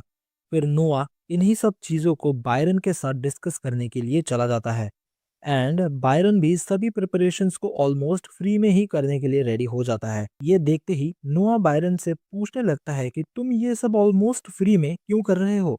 आखिर तुम्हें बदले में क्या चाहिए? जो सुन के बायरन बोलता है कि नहीं, ऐसी कोई बात नहीं है, बट नोआ उसे कहता है कि झूठ बोलने की जरूरत नहीं है। जिस पे बायरन जवाब देता है कि कैपिटल में हर साल एक पैलेस एम्प्लॉयमेंट एग्जाम होता है, जो कि ऑलमोस्ट नाइट सिलेक्शन एग्जाम के लेवल का ही होता है। और मैं बस पूछना चाहता था कि आखिर इसमें किस तरह के लोगों को सिलेक्ट किया जाता है। जिससे नोआ समझ जाता है कि बायरन पैलेस में अपने पहचान के एक लड़की को भेजना चाहता है, जिससे कि पैलेस में ऐसा कोई होगा जिससे कि उसे सपोर्ट मिल सकता है एंड शायद कोई वैल्यूएबल इंफॉर्मेशन भी मिल जाए। बट बायरन तुरंत ही नोआ को बताने लगता है कि ये सब नोआ ने जिस मैटर में हेल्प मांगी है उससे बिल्कुल भी रिलेटेड नहीं है। फिर नोआ बोलता है कि ठीक है, पर अगर तुम लड़की को भेजना चाहते हो तो उस लड़की को पहले मेरा अप्रूवल पाना होगा। ये सुनते ही बायरन और उसकी बेटी कैंडी नोआ के सामने झुक जाते हैं एंड अपना ग्रेटिट्यूड शो करते हैं और खुद को नोआ का सबऑर्डिनेट बोलते हैं। फिर सीन शिफ्ट होता है एंड नोआ देखता है कि बायरन को अपना सबऑर्डिनेट एक्सेप्ट करने पे उसके स्टैट्स इंक्रीज हो गए हैं। बट तभी हम देखते हैं कि बारिश शुरू हो जाती है एंड नोआ का वाटर एबिलिटी स्टैट एस से डिक्रीज होके सिर्फ एस पे आ जाता है। एंड इसे देखते ही नोआ समझ जाता है कि शायद अल्मेरिया में कुछ प्रॉब्लम्स हुई है और वो जोई से कहता है कि वो इसी वक्त एम्परर से मिलने जा रहा है। फिर अगले सीन में नोआ एम्परर को अल्मेरिया में आई प्रॉब्लम के बारे में बताता है, जिस पे एम्परर नोआ से पूछता है कि आखिर उसे कैसे पता चला। जो सुन के नोआ समझ जाता है कि एम्परर को भी इसके बारे में पहले से ही पता है। फिर एम्परर नोआ को बताते हैं कि एल्मेरिया में एक रिबेलियन स्टार्ट हो गया है एंड एम्परर नोआ से पूछते हैं कि क्या नोआ खुद इस रेबेलियन के बारे में कुछ करने वाला है। जिस पे नोआ बोलता है कि वो अभी भी रियल लाइफ वॉर या कॉम्बैट से फेमिलियर नहीं है, इसीलिए इस रेबेलियन को रोकने के लिए उसके बड़े भाइयों में से कोई एक सही रहेगा। जो सुन के एम्परर पूछते हैं कि तुम्हें क्या लगता है कि इसके लिए कौन सही रहेगा। जिस पे नोआ बोलता है कि मेरे हिसाब से ब्रदर हेनरी इसके लिए सही रहेंगे। जिस पे एम्परर भी एग्री करते हैं। फिर सीन शिफ्ट होता है एंड हम देखते हैं कि हेनरी अब एल्मेरिया के लिए निकल चुका होता है एंड वो नोआ से पूछ रहा होता है कि क्या तुम श्योर हो, ये रेबेलियन तुम्हारे लिए एक चांस हो सकता है एंड ये फ्यूचर में तुम्हें बेनिफिट दे सकता है। जिस पे नोआ बोलता है कि मैं अभी भी ऐसी सिचुएशंस के लिए रेडी नहीं हूँ, अगर मैं जीत भी जाऊं तो भी शायद कई सारे सोल्जर्स मारे जाएंगे। तभी लिवायथन नोआ को एक सिग्नल देता है एंड नोआ समझ जाता है कि उनके आसपास एनिमीज हैं एंड वो तुरंत ही कैरियज को रोकने के लिए कहता है एंड वो समझ जाता है कि ये लोग नोआ के ही पीछे आए हैं। तभी नोआ के चारों तरफ वाटर ट्रैप्स एक्टिवेट हो जाते हैं एंड कुछ लोग उसे कैप्चर करने का भी ट्राई करते हैं। बट नोआ अपने शील्ड की मदद से बच जाता है और एक एक करके सभी रेबल्स को हराने लगता है और उन्हें हरा के उन्हें पूछताछ के लिए कैप्चर कर लिया जाता है। फिर नेक्स्ट सीन में नोआ बायरन को उससे मिलने के लिए बुलाता है और उससे पूछता है कि तुम अल्मेरिया के आसपास भी अपना बिजनेस चलाते हो क्यों, है ना? जिस पे बायरन एग्री करता है। बट नोआ उसे बोलता है कि खुद को मरा हुआ समझ लेना अगर तुमने ये किसी और से कहा, जो कि अब मैं तुम्हें बताने वाला हूँ। अल्मेरिया में एक रेबेलियन स्टार्ट हो गया है और वो बायरन को पैसे देके उस एरिया के सभी खाने की चीजों को खरीद लेने के लिए बोलता है जो कि घोड़े खाते हैं। तभी एटलीस्ट रेबल्स के घोड़े वॉर में बेकार हो जाएंगे और नोआ सोचता है कि इससे शायद हेनरी की इस वॉर में थोड़ी सी भी मदद हो जाएगी। एंड यहीं पे ये एपिसोड खत्म हो जाता है। एपिसोड 4 के स्टार्टिंग में हम नोआ एंड एम्परर के बीच में एक कन्वर्सेशन देखते हैं, जहां एम्परर बताते हैं कि जिन असैसिन्स को नोआ ने पकड़ा था उन्होंने काफ़ी सारा इन्फॉर्मेशन दिया है एंड वो बोलते हैं कि वो असैसिन्स नोआ को पकड़ के एम्परर से अपना काम निकलवाना चाहते थे। ये सब सुन के नोआ बोलता है कि उन्होंने ये सब बहुत ही आसानी से बता दिया है, ऐसा हो सकता है कि वो लोग झूठ बोल रहे हैं। जिस पे एम्परर बोलते हैं कि उनसे सच निकलवाने के कई तरीके हैं और फिर वो नोआ को अप्रिशिएट करते हैं रेबल्स के हॉर्सेस को टारगेट करने के लिए, जिससे कि वो काफ़ी ज़्यादा कमज़ोर पड़ जाएंगे। बट नोआ ये सब सुन के शॉक हो जाता है क्योंकि उसने बस अभी अभी ये ऑर्डर ही दिया था, ये अभी तक कंप्लीट भी नहीं हुआ है, तो एम्परर को ये कैसे पता चल गया। नोआ के इस आइडिया के लिए एम्परर नोआ के क्रेस्ट में एक स्वॉर्ड ऐड करने का रिवॉर्ड देते हैं एंड हमें पता चलता है कि एम्पायर में ये सबसे बड़ा ऑनर है। बट किसी ने अगर बिना परमिशन के ऐसा करने की कोशिश करी तो उसे बहुत बड़ी पनिशमेंट भी मिल सकती है। नोआ इस चीज के लिए एम्परर को थैंक यू बोलता है। फिर सीन शिफ्ट होता है एंड नोआ बायरन से मिलने के लिए आता है एंड बायरन बोलता है कि सब कुछ प्लान के अकॉर्डिंग चल रहा है एंड वो उन रेबल्स के लीडर के बारे में भी बताता है कि वो अपनी गोल्स को अचीव करने के लिए कुछ भी कर सकता है। तभी एक मेड वहाँ पर आके नोआ को रिपोर्ट देती है कि गेट पे एक बहुत ही घायल आदमी आया है एंड बोल रहा है कि उसके पास नोआ के लिए एक बहुत ही इम्पोर्टेंट मैसेज है। नोआ तुरंत ही उस आदमी से मिलने के लिए जाता है एंड वो आदमी बोलता है कि वो अल्मेरिया का एक गार्ड है एंड वो बोलता है कि उसी के एक सुपीरियर ने अल्मेरिया में एक रेबेलियन स्टार्ट किया है एंड इसी वजह से वो यहाँ पे नोआ को ये रिपोर्ट देने के लिए आया है। ये सुन के नोआ उस गार्ड को थैंक यू बोलता है उसे ये इन्फॉर्मेशन देने के लिए एंड वो अपनी मेड से उस गार्ड का ट्रीटमेंट करने के लिए एंड उसे इस इन्फॉर्मेशन के लिए रिवॉर्ड देने के लिए कहता है। ये सब देख के बायरन नोआ से पूछता है कि उसने उस गार्ड को इस इन्फॉर्मेशन के लिए रिवॉर्ड क्यों दिया, जबकि नोआ को ये इन्फॉर्मेशन पहले से ही पता है। जिस पे नोआ बोलता है कि मैं उस गार्ड को इस इन्फॉर्मेशन के लिए नहीं बल्कि उसके लॉयल्टी के लिए रिवॉर्ड दे रहा हूँ, क्योंकि उसने बस मुझे ये इन्फॉर्मेशन देने के लिए अपनी जान की भी परवाह नहीं करी। फिर सीन शिफ्ट होता है एंड जोई नोआ के पास आती है एंड वो काफ़ी ज़्यादा परेशान लग रही थी, जो देख के नोआ पूछता है कि क्या बात है, वो इतनी परेशान क्यों लग रही है। जिस पे जोई नोआ को बोलती है कि किसी ने उसे पैसे दिए हैं ताकि वो नोआ को नींद की दवाई खिला दे। जो सुन के नोआ पूछता है कि अगर तुम्हें ये काम करने के लिए पैसे मिल ही चुके हैं तो फिर तुम ये सब मुझे क्यों ही बता रही हो। जो सुन के जोई शॉक हो जाती है एंड बोलती है क्योंकि वो कभी भी नोआ को बिट्रे नहीं कर सकती, क्योंकि नोआ ने उसकी मदर और उसकी विलेज की बहुत ज़्यादा मदद करी है। फिर जोई बोलती है कि उन लोगों ने जोई को धमकी दी है कि अगर उसने ऐसा नहीं करा तो वो लोग जोई को ही मार देंगे एंड बोलती है कि वो फिर भी नोआ को बिट्रे नहीं कर सकती। जो सुनने के बाद नोआ जोई से बोलता है कि तुम वैसा ही करो जैसा उन रेबल्स ने तुमसे करने के लिए कहा है एंड मुझे उनके पास ले जाओ और तुरंत ही वहां से तुम दूर चले जाना और छुप जाना, नहीं तो वो तुम्हें भी मारने की कोशिश करेंगे। फिर सीन शिफ्ट होता है एंड हम देखते हैं कि नोआ को होश आता है एंड कुछ लोग बात कर रहे थे। फिर नोआ लिवाइथन को निकाल लेता है एंड खुद को फ्री कर लेता है एंड लिवाइथन के मेमोरीज से देखता है कि नोआ के बेहोश होने के बाद क्या क्या हुआ। फिर वो सारा सिचुएशन समझने के बाद अपनी स्वॉर्ड लेके उन रेबल्स के सामने आ जाता है और एक एक करके सारे रेबल्स को हरा देता है जिन्होंने उसे पकड़ लिया था। और तब तक वहां जोई भी गार्ड्स को लेके आ जाती है। फिर नोआ उन गार्ड्स को उन रेबल्स को अरेस्ट करने के लिए कहता है, बट तभी एक रेबल के पास से एक स्वॉर्ड नीचे गिरता है, जो देख के नोआ समझ जाता है कि इस स्वॉर्ड पे किसी ने कर्स चढ़ाया हुआ है और वो उन गार्ड्स को इस स्वॉर्ड को टच करने से मना करता है एंड उसे लगता है कि ये और कोई नहीं बल्कि इन्हीं रेबल्स के लीडर का काम है। फिर नोआ लिवाइथन की मदद से रेबल्स के लीडर को ट्रैक करता है एंड दूर से ही लिवाइथन के पावर का यूज करके उसे मार देता है। एम्परर को भी इस बारे में पता चल जाता है एंड वो नोआ को उसके इस अचीवमेंट के लिए शाबाशी देते हैं। जिसके बाद हमें पता चलता है कि रेबल्स के लीडर के मारे जाने की वजह से सारे रेबल्स कमज़ोर हो चुके थे एंड हेनरी ने उन सभी को बहुत ही जल्द कैप्चर कर लिया। फिर हमें एक मीटिंग दिखाई जाती है जहां एम्परर उन रेबल्स के पनिशमेंट को डिसाइड करने वाले थे। एम्परर उन सभी रेबल्स को डेथ पनिशमेंट देने का डिसाइड करते हैं, पर तभी नोआ उन्हें ऐसा ना करने के लिए रिक्वेस्ट करता है, जो सुन के सभी लोग शॉक हो जाते हैं एंड एम्परर नोआ से इसका रीज़न पूछते हैं, जिस पे नोआ बोलता है कि एम्परर को गुस्से में डिसीजन ना लेके लॉ के अकॉर्डिंग पनिशमेंट देनी चाहिए, वरना इससे एम्परर का ही नाम खराब होगा। जो सुन के एम्परर भी अपने मिस्टेक को मानते हैं एंड नोआ को थैंक यू बोलते हैं, क्योंकि नोआ ने उन्हें ये गलती करने से रोक लिया एंड इसके लिए एम्परर नोआ को एक टाइटल देने का भी डिसाइड करते हैं एंड वो नोआ को वाइज प्रिंस का टाइटल भी देते हैं। फिर वो अचानक से बोलते हैं कि नोआ, काश अगर तुम और थोड़े टाइम पहले इस दुनिया में आए होते तो। एंड ये कह के ही वो रुक जाते हैं एंड किसी को भी इसका मतलब समझ में नहीं आता।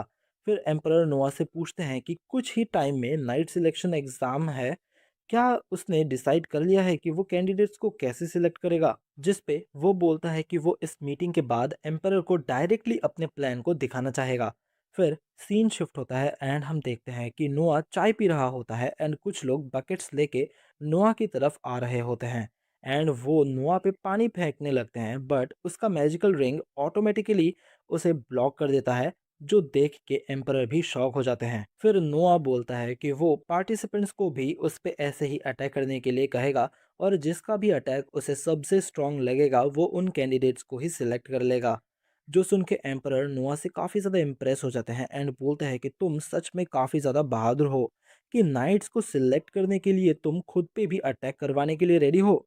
एंड यहीं पे यह एपिसोड खत्म हो जाता है। नोबल री इनकारनेशन के एपिसोड 5 के स्टार्टिंग में हम देखते हैं कि finally night selection exam start हो चुका है, जहां हमें बहुत सारे कंटेस्टेंट भी दिखाए जाते हैं जो कि इस एग्जाम में पार्टिसिपेट कर रहे थे।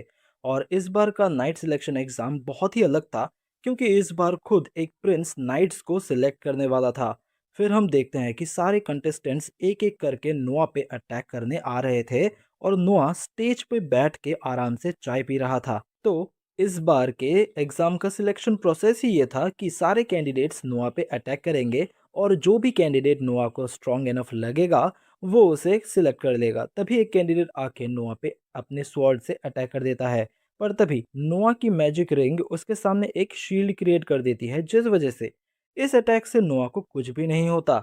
उल्टा उस कैंडिडेट का स्वॉर्ड ही टूट जाता है। ये सब देख के वहाँ मौजूद सभी लोग यही सोचने लगते हैं कि इस बार शायद कोई भी ये एग्ज़ाम पास ही नहीं कर पाएगा, क्योंकि शायद कोई भी नोआ को हरा नहीं पाएगा। और ऐसा ही हो रहा था, और कोई भी नोआ को एक स्क्रैच तक नहीं दे पा रहा था। एंड तभी हमें एम्परर और उनके अटेंडेंट को दिखाया जाता है, और एम्परर भी यही सब सोच रहे थे कि शायद इस बार कोई भी एग्ज़ाम ये पास नहीं कर पाएगा। और वो सोचते हैं कि मैं देखना चाहता हूँ कि नोआ किस तरह के नाइट्स को सिलेक्ट करेगा। फिर हमें एक मेज को दिखाया जाता है जो कि एक बहुत ही पावरफुल फायर मैजिक से नोआ पे अटैक करता है, पर इससे भी नोआ को कुछ भी नहीं होता, और वो इस अटैक से भी काफ़ी आसानी से बच जाता है।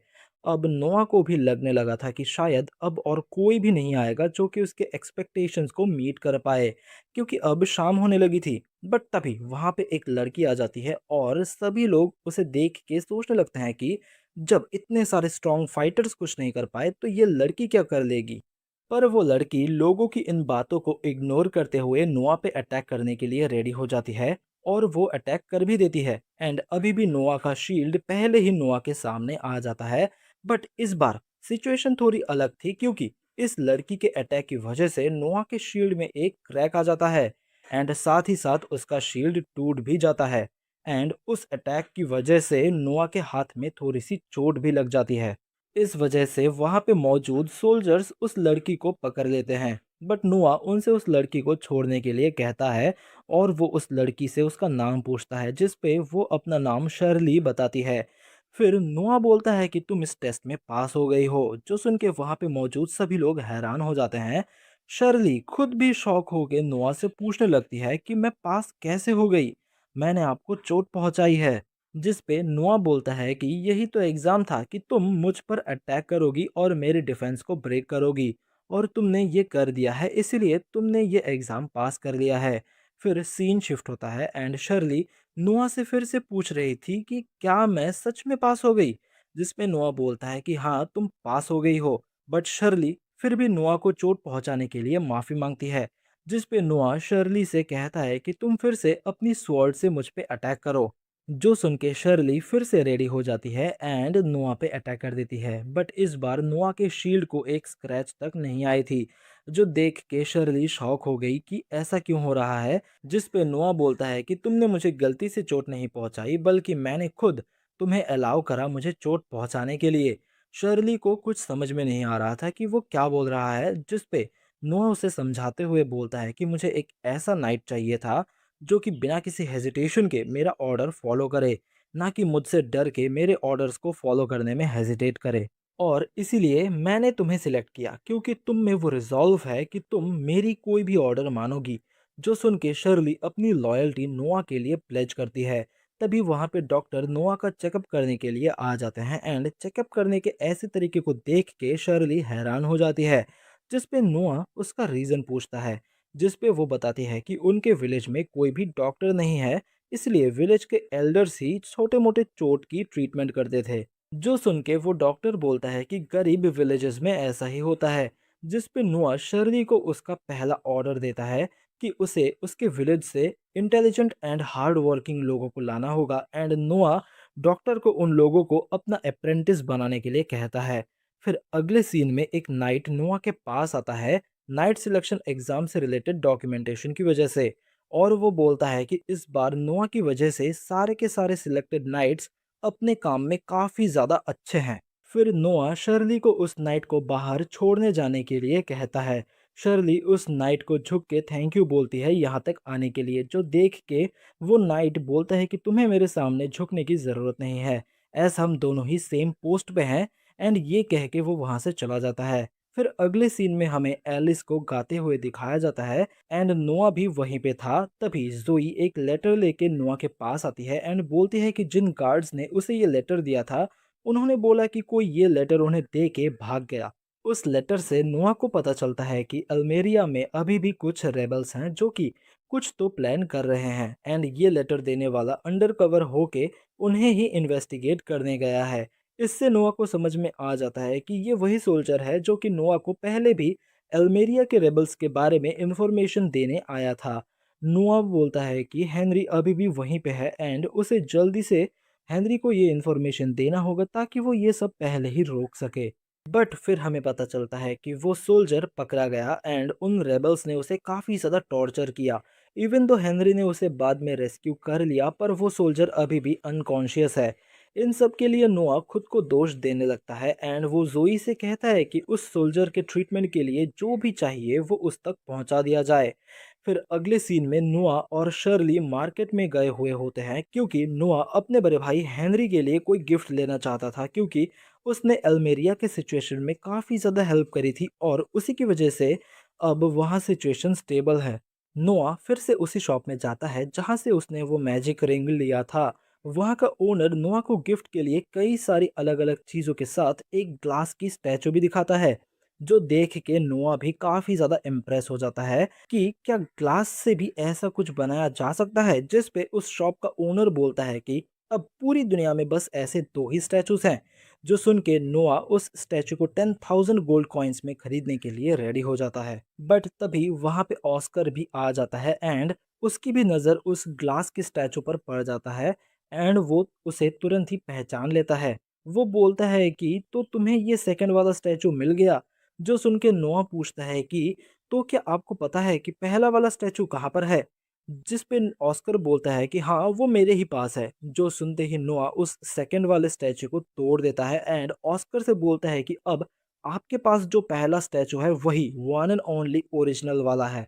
ये सब नोआ ने ऑस्कर को इम्प्रेस करने के लिए किया था, क्योंकि ऐसा करने से ऑस्कर के पास जो स्टैचू है अब उसकी वैल्यू और भी ज़्यादा बढ़ जाएगी। इसके बाद नोआ हेनरी के लिए कोई दूसरा गिफ्ट सिलेक्ट कर लेता है। फिर वापस पैलेस जाते समय नोआ नोटिस करता है कि शर्ली थोड़ी परेशान लग रही है, जिस पे नोआ पूछता है कि उसे क्या हुआ एंड वो बोलती है कि वो उस स्टैचू के बारे में सोच रही थी। उसे पता है कि नोआ ने ऐसा क्यों किया, पर फिर भी वो कितना कीमती ट्रेजर था और नोआ ने उसे बिना किसी हेजिटेशन के डिस्ट्रॉय कर दिया। ऐसा क्यों? जिस पे नोआ बोलता है कि क्योंकि वो बस एक ऑब्जेक्ट था और मेरे लिए असली ट्रेजर वो लोग हैं जिन पे मैं भरोसा करता हूँ।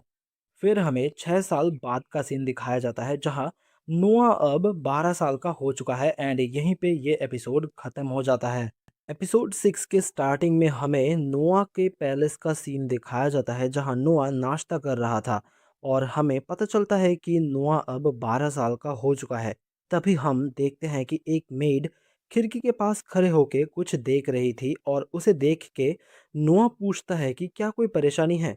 जिस पे वो मेड बोलती है कि आपको गिफ्ट भेजने वालों की लाइन अभी भी ख़त्म नहीं हुई है, जबकि आपके बर्थडे को 3 दिन हो गए हैं। जिस पे नोआ भी एग्री करता है, बट जोई बताती है कि पिछले साल तो ये 1 हफ्ते तक चला था।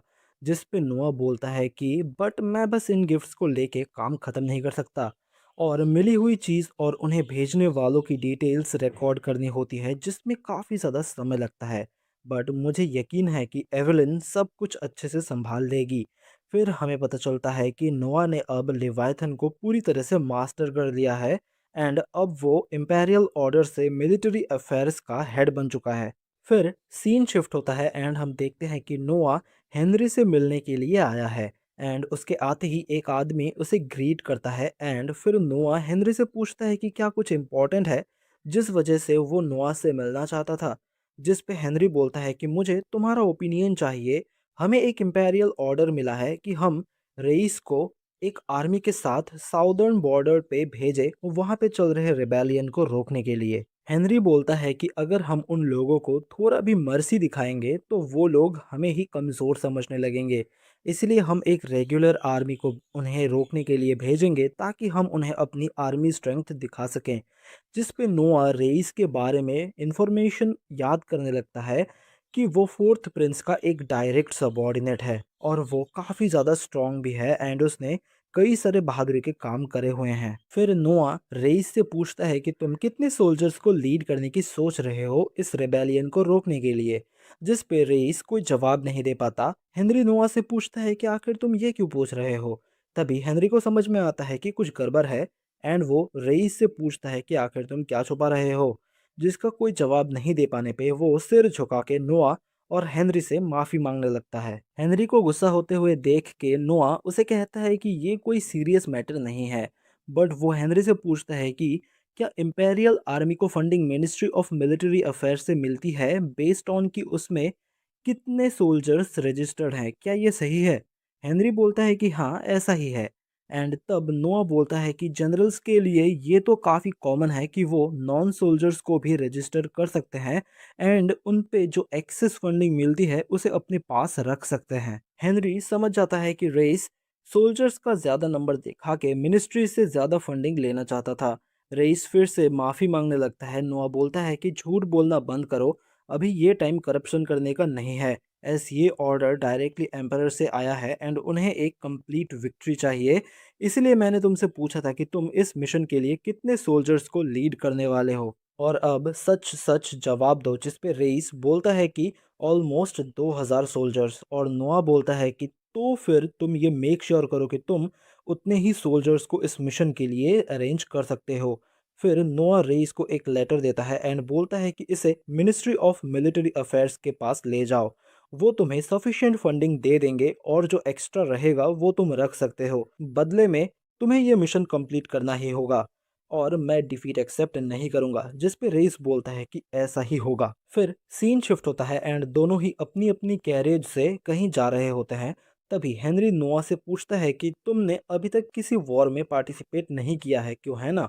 नोआ बोलता है कि हाँ ऐसा ही है और वो अपने स्टैट्स की तरफ देखने लगता है और सोचता है कि बहुत सारे प्रिंस बहुत ही छोटी उम्र में ही रॉयल फैमिली के दूसरे मेंबर्स के हाथों मार दिए जाते हैं, जिन्हें और भी ज़्यादा पावर चाहिए होता है एंड वो नहीं चाहते कि फ्यूचर में थ्रोन के लिए कंपटीशन बढ़ जाए। एज एक प्रिंस एक एम्पायर के लिए बहुत ही ज़्यादा वैल्यूएबल होता है, इसीलिए उन्हें आसानी से वॉर में नहीं जाने दिया जाता जब तक कि वो एडल्टहुड तक ना पहुंच जाए। तभी अचानक से हेनरी बोलने लगता है कि तुम अब 12 साल के हो चुके हो, क्या तुम्हारे लिए ये बेहतर नहीं होगा अगर तुम अभी से थोड़ा एक्सपीरियंस लेने लगो? जिस पे नोआ बोलता है कि अगर एम्परर मुझे ऑर्डर देते हैं तो मैं किसी भी टाइम पे जाने के लिए रेडी हूँ। एंड हेनरी बोलता है कि अब तो तुमने लिवाइथन को भी मास्टर कर लिया है तो मुझे नहीं लगता कि तुम्हें कोई भी परेशानी होगी। दोनों इस बारे में बात कर ही रहे थे कि तभी एक लड़की उनके कैरियज के सामने आ जाती है और उनसे हेल्प मांगने लगती है। उसे देख के नोआ समझ जाता है कि वो लड़की किसी मुसीबत में है। तभी और चार बच्चे उसी लड़की के पीछे पीछे भागते हुए आ जाते हैं एंड उनका पीछा करते हुए कुछ गुंडे भी वहां पे आ जाते हैं और उन बच्चों को पकड़ लेते हैं और सभी लोग बस हैरान होकर उन्हें देखने लगते हैं बट कोई भी उनकी मदद करने के लिए आगे नहीं आता। तभी नोआ निकल के आता है एंड उन्हें रुकने के लिए कहता है बट वो गुंडे नोआ से कहते हैं कि बच्चे अपने काम से काम रखो और यहाँ से चले जाओ। नोआ समझ चुका था कि ये लोग इन बच्चों को एज स्लेव्स बेचने वाले हैं और इसीलिए वो उनसे उल्टा उनके बिजनेस के डॉक्यूमेंट्स मांगने लगता है और बोलता है कि अनरजिस्टर्ड स्लेव बिजनेस इलीगल है। ये सुनते ही वो लोग नोआ को मारने के लिए आगे आने लगते हैं और नोआ भी लिवाइथन को समन करता है और एक ही झटके में उन तीनों को हरा देता है। नोआ के इस काम के लिए हेनरी उसे शाबाशी देता है एंड वहाँ खड़े बाकी के लोग भी नोआ से इम्प्रेस हो जाते हैं। फिर नोआ उन बच्चों से पूछने लगता है कि क्या वो लोग ठीक है, जो सुन के एक बच्ची रोने लगती है। तभी वहाँ पे एक बूढ़ा आदमी निकल के आता है और बोलता है कि आपसे मिलके अच्छा लगा प्रिंस। फिर वो अपना नाम बोलते बोलते रुक गया और कहता है कि शायद मुझे अपना नाम नहीं बताना चाहिए। जिस पे नोआ पूछता है कि ऐसा क्यों। वो आदमी बोलता है क्योंकि मैं फर्स्ट प्रिंस गिलबर्ट के लिए काम करता हूँ। जो सुन के नोआ समझ जाता है कि ये आदमी उसे धमकाने की कोशिश कर रहा है कि उसके पास गिलबर्ट का सपोर्ट है, इसलिए नोआ को उसके रास्ते में नहीं आना चाहिए। फिर नोआ हेनरी से पूछता है कि क्या वो इस आदमी को जानता है, जिस पे हेनरी बोलता है कि नहीं, वो इसे नहीं जानता। और ये सुनते ही नोआ लिवाइथन के पावर को यूज करके उस आदमी को बेहोश कर देता है और वो सभी से बोलने लगता है कि ये आदमी गिलबर्ट का नाम यूज करके सभी को बेवकूफ बना रहा था। एस नोआ और हेनरी में से भी कोई उस आदमी को नहीं जानता था। फिर नोआ गार्ड्स को ऑर्डर देता है कि इन सभी को गिलबर्ट के पास ले जाओ और उन्हें पूरा सिचुएशन समझाओ कि ये लोग कैसे उनका नाम गलत तरीके से यूज कर रहे थे। और वो उन बच्चों को भी अपने साथ अपने पैलेस में ले जाता है। फिर नोआ के पैलेस का सीन दिखाया जाता है जहां वो हेनरी के साथ डिनर कर रहा था। एंड तभी वहां पे ढीलन नोआ के लिए एक मैसेज लेके आता है। हेनरी नोआ से पूछता है कि क्या हुआ। नोआ बताता है कि गिलबर्ट का एक मैसेंजर गिलबर्ट की तरफ से एक मैसेज लेके आया था। गिलबर्ट ने उन लोगों को पकड़ने के लिए नोआ को थैंक यू बोला था एंड उन्होंने ये भी कंफर्म किया था कि वो लोग गलत तरीके से गिलबर्ट का नाम यूज कर रहे थे। गिलबर्ट कल ही उन्हें कोर्ट में भेजना चाहता था बट उन लोगों ने जहर खा लिया। फिर नोआ हेनरी से पूछता है कि इस इलीगल स्लेव बिजनेस में गिलबर्ट भी शामिल है, क्यों है ना। जिस पे हेनरी एग्री करता है एंड बोलता है कि गिलबर्ट ने बहुत सारे शॉप्स एंड प्राइवेट प्रॉपर्टीज खरीद रखे हैं और वो ऐसे कई सारे इलीगल बिजनेस में भी शामिल है। जिस पे नोआ बोलता है कि वो समझ सकता है कि गिलबर्ट ऐसा क्यों कर रहा है। हेनरी पूछता है कि क्यों। जिस पे नोआ बोलता है कि इवन दो वो फर्स्ट प्रिंस है, वो फिर भी एम्परर नहीं बन सकता और इसी फ्रस्ट्रेशन की वजह से वो ये सब कर रहा है। फिर सीन शिफ्ट होता है एंड नोआ उन बच्चों से कह रहा होता है कि अब तुम सब फ्री हो। बट उन बच्चों के एक्सप्रेशन को देख के नोआ समझ जाता है कि उनके पास अब जाने के लिए कोई भी जगह नहीं है। फिर वो ढिलन से बोलता है कि इन सभी के रहने का इंतजाम करो और उनके लिए कोई जॉब ढूंढो और अगर इनमें से कोई पढ़ाई करना चाहता है तो उसकी भी अरेंजमेंट करो। तभी एक बच्ची पूछती है कि क्या आप हमें खरीद रहे हैं। जिस पे नोआ बोलता है कि नहीं, मैं तुम लोगों को खरीद नहीं रहा। अगर तुम लोग यहाँ से जाना चाहते हो तो किसी भी टाइम पे जा सकते हो, बट अगर यहाँ पे रहोगे तो मैं बिट्रेयल बिल्कुल भी टॉलरेट नहीं करूँगा। जिस पे वो बच्चे बिल्कुल चुप रहते हैं, जो देख के नोआ सोचने लगता है कि क्या ये इनके लिए बहुत ज़्यादा है। फिर ढिलन उन बच्चों से कहता है कि प्रिंस के इस काइंडनेस के लिए तुम सभी को ग्रेटफुल होना चाहिए और तुम्हें तुम्हारा बेस्ट देना चाहिए, इसीलिए अब तुम सभी उन्हें थैंक यू बोलो। जो सुनते ही वो बच्चे नोआ को थैंक यू बोलते हैं। फिर ढिलन उन बच्चों को वहां से लेके चला जाता है। ये सब देख के शर्ली को नोआ की एक बात याद आती है कि नोआ के लिए लोग ही ट्रेजर हैं। फिर अगले सीन में नोआ ने एवलिन को बुलाया होता है एंड वो बोलती है कि नोआ के सारे बर्थडे गिफ्ट्स अच्छे से रिकॉर्ड कर लिए गए हैं। नोआ कहता है कि उस रिपोर्ट की अभी ज़रूरत नहीं है एंड उसे एक डॉक्यूमेंट देता है एंड बोलता है कि आज से तुम अल्मेरिया के एक रीजन के एडमिनिस्ट्रेटर के हिसाब से काम करोगी। नोआ बोलता है कि मैं तुम्हें कई सालों से काम करते हुए देख रहा हूँ और तुम मेरे सारे मेड्स में सबसे ज़्यादा इंटेलिजेंट हो और मुझे लगता है कि सिर्फ इस पैलेस के गेस्ट को संभालना तुम्हारे टैलेंट का एक वेस्ट होगा। बट एवेलिन काफ़ी ज़्यादा नर्वस थी एंड बोलती है कि पर मैं तो यहाँ आपके लिए काम करते रहना चाहती हूँ। जिस पे नोआ बोलता है कि और ये काम करके भी तुम मुझे ही हेल्प करने वाली हो, इसीलिए मैं चाहता हूँ कि तुम एडमिनिस्ट्रेटर बनो। ये सुनने के बाद एवेलिन भी रेडी हो जाती है इस काम को करने के लिए। ये सब देख के शर्ली बोलने लगती है कि आप कितने अच्छे से लोगों को ट्रीट करते हैं एंड उनके टैलेंट के हिसाब से उन्हें यूज़ करते हैं।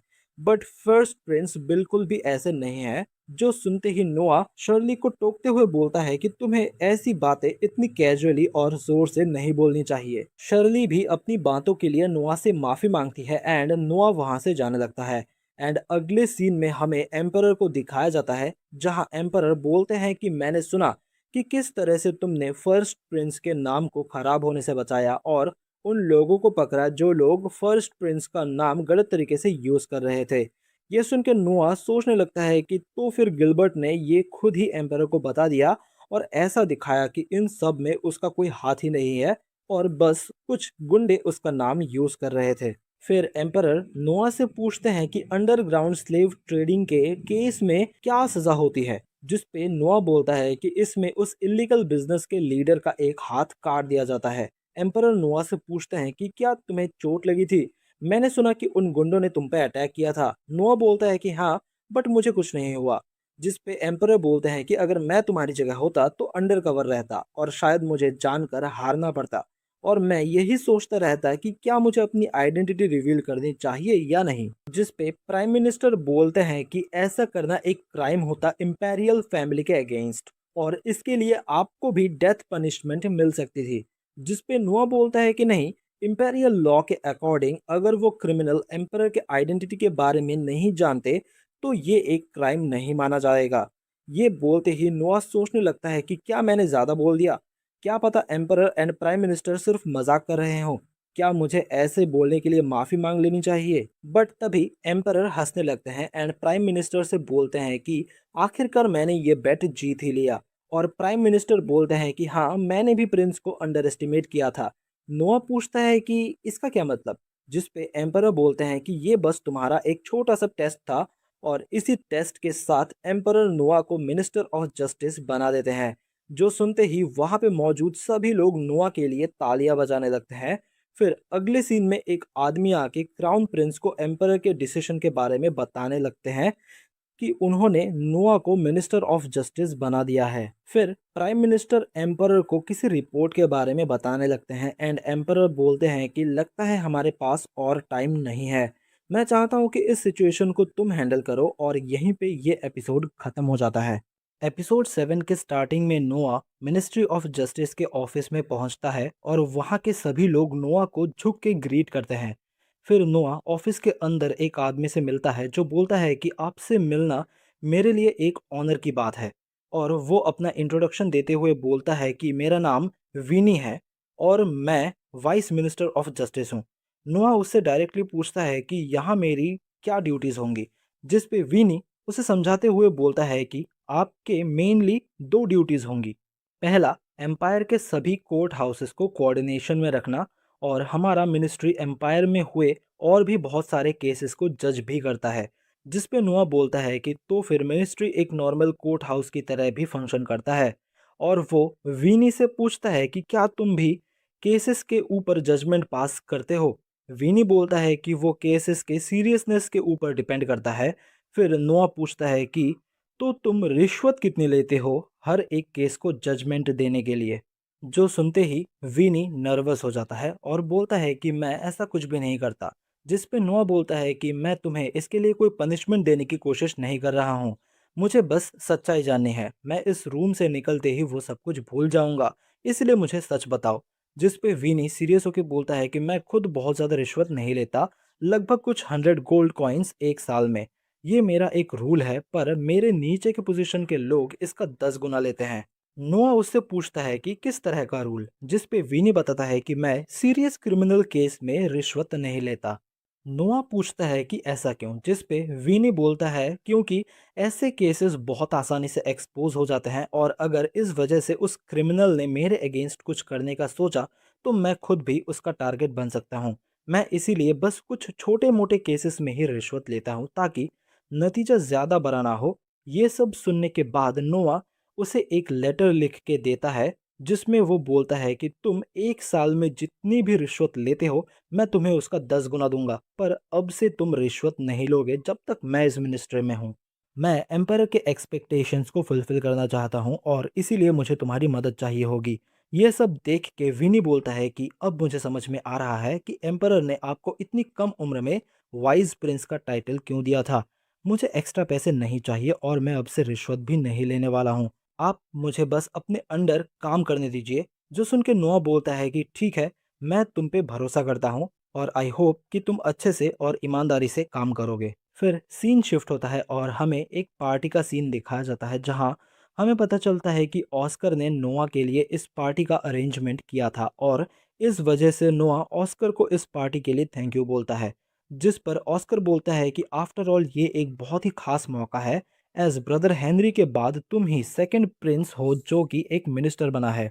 और फिर वो बोलता है कि चाहे मेरे बिहेवियर से लगता हो या ना हो, पर नोआ तुम मेरे प्यारे छोटे भाई हो, इसीलिए मुझे तुम्हें इस बात के लिए कॉन्ग्रेचुलेट करने दो। नोआ इस बात से खुश तो था, पर वो कुछ सोच भी रहा था, जो देख के ऑस्कर उससे पूछता है कि क्या बात है। जिस पर नोआ उससे बोलता है कि आखिर एम्परर ने हम दोनों को ही मिनिस्टर प्रिंस क्यों बनाया। जिस पर ऑस्कर बोलता है कि शायद इसीलिए क्योंकि तुम एम्परर के काफी ज्यादा पसंदीदा प्रिंस हो।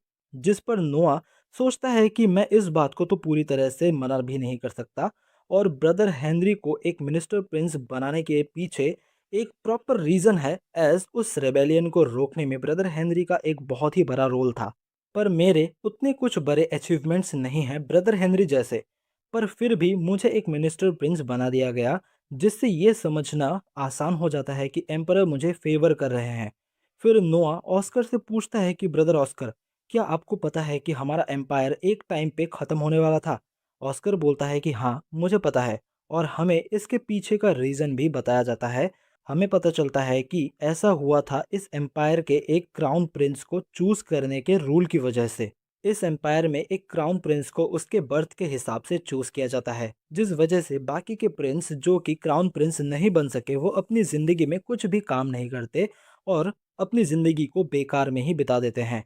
जिस वजह से एम्पायर के अंदर की स्टेबिलिटी बहुत ही ज़्यादा खराब हो जाती है, जिस वजह से अब हर एक प्रिंस को उसका खुद का एक लैंड दिया जाता है रूल करने के लिए, और हर एक प्रिंस को एक प्रॉपर एजुकेशन लेना मैंडेटरी होता है। जो सब सुन के ऑस्कर नोआ से पूछता है कि उन सब चीज़ों का तुम्हारे मिनिस्टर प्रिंस बनने से क्या रिलेशन है। जिस पर नोआ ऑस्कर से पूछता है कि क्या आपको नहीं लगता कि मुझे एक मिनिस्टर प्रिंस बनाना मेरे एजुकेशन पर्पज से भी कुछ ज़्यादा है। ऑस्कर सडनली कुछ रियलाइज़ करता है कि नोआ क्या मीन कर रहा है। जो रियलाइज़ करते ही ऑस्कर शॉक में खड़ा हो जाता है और नोआ से बोलता है कि एम्परर तुम्हें नया क्राउन प्रिंस बनाना चाहते हैं। जिस पर नोआ बोलता है कि ये तो मुझे भी नहीं पता, बट अगर एम्परर मुझे सिर्फ एक क्राउन प्रिंस के रिप्लेसमेंट के हिसाब से देख रहे हैं तब तक तो ठीक है। बट नोआ आगे कुछ बोलने जा ही रहा होता है कि तभी ऑस्कर का बटलर आ जाता है और उसे कुछ मैसेज देता है। जो सुन के ऑस्कर बोलता है कि नोआ, तुम्हारा डाउट बिल्कुल सही था। मुझे अभी अभी एक मैसेज मिला है कि एम्परर कल के मीटिंग में मुझे मिनिस्टर ऑफ फाइनेंस डिक्लेयर करना चाहते हैं। दूसरी तरफ एल्बर्ट को भी इन सब चीज़ों के बारे में पता चल जाता है, और वो इससे बिल्कुल भी खुश नहीं है। बट फिर ऑस्कर बोलता है कि ठीक है, जो भी होगा देखा जाएगा, बट आज हम यहाँ तुम्हारे अचीवमेंट को सेलिब्रेट करने के लिए आए हैं। नोआ भी बोलता है कि जी आपने सही कहा ब्रदर ऑस्कर। फिर सीन शिफ्ट होता है एंड हम देखते हैं कि कुछ सोल्जर्स ने कुछ ऑफिशियल्स पे अटैक कर दिया है एंड उन लोगों को अरेस्ट कर लिया है। जिसके बाद हमें बताया जाता है कि जिन ऑफिशियल्स को अरेस्ट किया गया है वो लोग मिलकर एम्परर को डिथ्रोन करने की प्लानिंग कर रहे थे, ताकि वो लोग क्राउन प्रिंस को इस एम्पायर का नया एम्परर बना सकें। एल्बर्ट पिछले 30 सालों से एक क्राउन प्रिंस बना हुआ है। लगता है कि वो अब और ज़्यादा वेट नहीं कर सकता एम्परर बनने के लिए, और इसीलिए वो ये सब प्लान कर रहा है। जिस पे प्राइम मिनिस्टर बोलते हैं कि बट हमें ये भी याद रखना होगा कि इस बात का कोई भी प्रूफ नहीं है कि इस चीज़ में क्राउन प्रिंस एल्बर्ट का कोई भी इन्वॉल्वमेंट है। जिस पर एम्परर बोलते हैं कि हाँ मुझे पता है, और मैं एल्बर्ट को कुछ भी नहीं करने वाला। बट उन ऑफिशियल्स को, जो लोग ये सब प्लान कर रहे थे, उन सबको एग्जीक्यूट कर दिया जाएगा एंड इस मैटर को यहीं पर ख़त्म कर दिया जाएगा। उसके बाद एम्परर प्राइम मिनिस्टर से पूछते हैं कि ऑस्कर के सिचुएशन का क्या हुआ। जिस पर प्राइम मिनिस्टर बोलते हैं कि प्रिंस ऑस्कर को अब तक सब कुछ पता चल चुका है, और उस टाइम पर प्रिंस नोआ भी उन्हीं के साथ थे। जिस पर एम्परर बोलते हैं कि तो फिर ये तो नोआ ही होगा जिसने कि मेरे इंटेंशंस को समझ लिया है। फिर एम्परर बोलते हैं कि गिलबर्ट किसी काम का नहीं, एल्बर्ट भी इस एम्पायर के लिए ठीक नहीं, तो फिर कौन कौन मुझे सक्सीड करेगा? क्या हेनरी, ऑस्कर, या फिर नोआ? इन तीनों में से कोई भी चलेगा जब तक ये लोग मेरे ट्रायल को कंप्लीट कर सकते हैं। फिर सीन शिफ्ट होता है और हमें मिनिस्ट्री ऑफ जस्टिस का सीन दिखाया जाता है, जहां विनी नोआ को एक लिस्ट देते हुए बोलता है कि इस लिस्ट में मेंशन्ड सभी लोग कल रात के सिचुएशन के प्लानिंग में शामिल थे। और नोआ इस लिस्ट को देख के बोलता है कि इसमें मेंशन्ड सभी लोगों के नाम प्रिंस एल्बर्ट से रिलेटेड हैं, और वो सभी लोग प्रिंस एल्बर्ट के क्लोज हैं। नोआ सोचता है कि इस लिस्ट को देख के कोई भी बता सकता है कि इस रिवॉल्ट के पीछे प्रिंस एल्बर्ट का ही हाथ है। फिर विनी पूछता है कि अब आप क्या करेंगे? जो सुनकर नोआ सोचने लगता है कि यही तो सबसे बड़ी प्रॉब्लम है कि इस चीज़ में एल्बर्ट का हाथ है भी या नहीं, इसे प्रूफ करना ही तो मुश्किल होगा। और वो सोचता है कि इम्पेरियल लॉ के अकॉर्डिंग इम्पेरियल फैमिली का अगर कोई भी मेंबर ऐसी किसी क्राइम में शामिल होता है तो इम्पेरियल लॉ ये मेक श्योर करता है कि उस मेंबर का पनिशमेंट लाइट हो। बट उस इम्पेरियल फैमिली मेंबर के लिए पनिशमेंट बहुत ज़्यादा हार्श भी हो सकती है अगर वो फैमिली मेंबर रेबेलियन में शामिल हो एम्पायर के अगेंस्ट। और वैसी ही सेम पनिशमेंट होती है उस मेंबर के लिए अगर वो डायरेक्टली शामिल ना होके सिर्फ अगर उस रेबेलियन के बारे में जानता भी है बट उसके अगेंस्ट कुछ भी एक्शन नहीं लेता तो उस मेंबर को भी बहुत ज़्यादा हार्श पनिशमेंट दिया जाता है। और इस लिस्ट के हिसाब से ये देखते हुए कि कितने सारे लोग जो इसमें शामिल थे वो एल्बर्ट से रिलेटेड हैं, ये बिलीव करना मुश्किल है कि प्रिंस एल्बर्ट को इसके बारे में पता ही नहीं था। इसके बाद नोआ सोचता है कि पर फिर भी अगर क्राउन प्रिंस इस रिबेलियन में शामिल हैं इस बात का पता चलता है और क्राउन प्रिंस को एग्जीक्यूशन की सज़ा दी जाती है तो इस चीज़ से इस एम्पायर के पूरे फाउंडेशन को एक बहुत ही बड़ा झटका लगेगा। फिर नोआ वीनी से पूछता है कि एम्परर ने इस सिचुएशन के लिए क्या कहा है। वीनी बोलता है कि एम्परर ने कहा है कि इस सिचुएशन के लिए जो भी प्रॉपर लॉ है उसे यूज़ किया जाए और जो भी लोग इसमें शामिल है उन्हें उस लॉ के अकॉर्डिंग सज़ा दी जाए। जो सुन के नोआ बोलता है कि ठीक है, एम्परर क्या कहना चाहता है ये मुझे अच्छे से समझ में आ गया है। फिर सीन शिफ्ट होता है एंड एम्परर नोआ से पूछता है कि क्या हुआ नोआ, जिस पे नोआ बोलता है कि मैंने डिसाइड कर लिया है कि इन क्रिमिनल्स को क्या सज़ा देनी है। नोआ कहता है कि जिन लोगों को अरेस्ट किया गया है उनके लीडर को दो हिस्सों में काट दिया जाएगा और बाकियों को नॉर्मली एग्जीक्यूट कर दिया जाएगा। फिर नोआ अपने मन में एम्परर के ऑर्डर के बारे में सोचने लगता है जिसके हिसाब से एम्परर ने सिर्फ उन लोगों को सज़ा देने के लिए कहा था जो लोग अरेस्ट हुए हैं। एंड नोआ इसे समझ जाता है कि एम्परर अभी इन सब में एल्बर्ट का नाम नहीं लाना चाहते। जो सुन के एम्परर बोलते हैं कि बहुत अच्छे और वो अपने अटेंडेंट को बुला के कहते हैं कि नोआ ने काफ़ी अच्छा काम किया है इसीलिए उसके सैलरी को 1000 गोल्ड कॉइन से बढ़ा दो। नोआ सोचता है कि ये ऐसा कुछ भी नहीं था जिसके लिए मुझे कोई रिवॉर्ड मिलनी चाहिए। एम्परर सच में एल्बर्ट को इसमें इन्वॉल्व नहीं करना चाहते। तभी एम्परर नोआ के सामने आके बोलते हैं कि बहुत अच्छे नोआ, तुमने अच्छा काम किया एंड आई होप कि तुम फ्यूचर में भी ऐसे ही अच्छे काम करते रहोगे। फिर नोआ अपने पैलेस में वापस आता है एंड हम देखते हैं कि उसके पैलेस के गार्ड्स बाहर जख्मी हालत में बेहोश पड़े हैं। नोआ तुरंत उनके पास दौड़ के आता है एंड पूछता है कि ये सब कैसे हुआ। उनमें से एक गार्ड बोलता है कि कुछ इन्वेडर्स आए थे और वो अभी भी पैलेस के अंदर हैं। फिर नोआ को इस अटैक के टाइमिंग से कुछ डाउट हुआ और वो शर्ली को ऑर्डर देता है कि किसी को भी पैलेस के अंदर मत आने देना और या फिर बाहर भी मत जाने देना, इवन बाकी के प्रिंस को भी नहीं। फिर नोआ अकेले ही उन इन्वेडर्स से लड़ने के लिए अंदर चला जाता है। वो अंदर जाके देखता है कि एक इन्वेडर किसी को मार देता है और फिर डायरेक्टली नोआ पे अटैक कर देता है, पर नोआ बड़ी ही आसानी से उसे हरा देता है। वो इन्वेडर तुरंत ही पॉइजन से खुद को ख़त्म करने ही वाला था कि नोआ अपने मैजिक रिंग को यूज़ करके उसे ऐसा करने से रोक लेता है। और तभी वहाँ और भी कई सारे इन्वेडर्स आ जाते हैं और नोआ को देख के उस पे अटैक कर देते हैं। बट ऑफ कोर्स नोआ उन्हें भी बड़ी ही आसानी से हरा देता है। तभी विनी भी वहाँ पे आ जाता है और ये देख के शॉक हो जाता है कि नोआ ने अकेले ही सभी इन्वेडर्स को हरा दिया है। नोआ उससे पूछता है कि क्या सिचुएशन है, जिस पे विनी बोलता है कि इन इन्वेडर्स ने अरेस्ट किए गए सभी ऑफिशियल्स को मार दिया है। नोआ सोचता है कि इससे साफ पता चलता है कि ये सब एल्बर्ट ने करवाया है और ये सब एल्बर्ट के ही लोग हैं। इसके बाद नोआ खुद ही अपनी स्वॉर्ड से खुद को घायल कर लेता है, जो देख के विनी शॉक हो जाता है। नोआ बोलता है कि इन सब इन्वेडर्स ने मेरे साथ ऐसा किया है और वो पूछता है कि एक प्रिंस को घायल करने के लिए सबसे बड़ी सज़ा क्या है। विनी भी सिचुएशन को समझ जाता है और बोलता है कि लॉ के अकॉर्डिंग डायरेक्ट एग्जीक्यूशन इस क्राइम की सज़ा है। नोआ भी बोलता है तो फिर इमीडिएटली इस जजमेंट को पास करो। अगले सीन में एक डॉक्टर आके नोआ के उस चोट को ट्रीट करने लगता है। तभी विनी भी वहाँ पे आ जाता है एंड बोलता है कि उन सभी इन्वेडर्स को एग्जीक्यूट कर दिया गया है। ये सुन के नोआ बोलता है कि ये अच्छी बात है, अब ये पूरा मैटर खत्म हो जाएगा। नोआ अपने मन में सोचने लगता है कि बस एक छोटी सी गलती एंड ये पूरा एम्पायर तबाह हो जाता। फिर अगले सीन में एम्परर ने नोआ को मिलने के लिए बुलाया होता है। नोआ एम्परर को ग्रीट करता है और एम्परर बोलते हैं कि तुम्हें इस हालत में यहाँ बुलाने के लिए माफ़ी चाहूँगा और अभी फॉर्मेलिटी की ज़रूरत नहीं है। नोआ अपने फेलियर के लिए एम्परर से माफ़ी मांगता है कि एग्जीक्यूशन से पहले ही उन क्रिमिनल्स को उन इन्वेडर्स ने मार दिया। एम्परर बोलते हैं कि ये पूरी तरह से तुम्हारी गलती नहीं थी। स्टिल ये एक हैरानी की बात है कि उन लोगों ने तुम जैसे एक टैलेंटेड इंसान को घायल किया है। क्या वो इन्वेडर्स सच में इतने ज़्यादा स्ट्रांग थे? नोआ सोचता है कि मुझे पता ही था कि एम्परर ये ज़रूर पूछेंगे। शायद एम्परर को ऑलरेडी पता है कि ये चोट मैंने ही खुद को दिया है। जिस पे नोआ एक बहुत ही कॉम्प्लिकेटेड सा जवाब देते हुए बोलता है कि किसी की स्ट्रेंथ उसके स्वॉर्ड यूज़ करने के स्किल से जज नहीं करी जा सकती। जो सुन के एम्परर बोलते हैं कि सच में मेरे पास एक ऐसा बेटा है जिसे मैं प्राउडली सभी के सामने प्रेजेंट कर सकता हूँ। नोआ सोचता है कि शायद एम्परर समझ चुके हैं कि मैंने इस सिचुएशन को ऐसे क्यों हैंडल किया।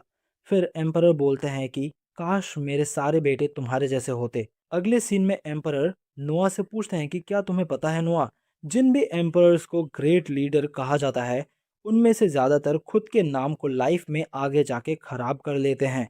नोआ सोचता है कि क्या वो एल्बर्ट के रेबेलियन के बारे में बात कर रहे हैं। वो सोचता है कि अभी के एम्पायर की ही वजह से इस एम्पायर ने पहले कभी ना देखी जाने वाली एक गोल्डन एज देखी है और हिस्ट्री में उन्हें एक ग्रेट एम्पायर के रूप में जाना जाएगा। बट अगर एल्बर्ट का वो रेबेलियन सक्सेसफुल हो जाता तो लोग यही बोलते कि एम्पायर अपने बुढ़ापे में कमज़ोर पड़ गए थे।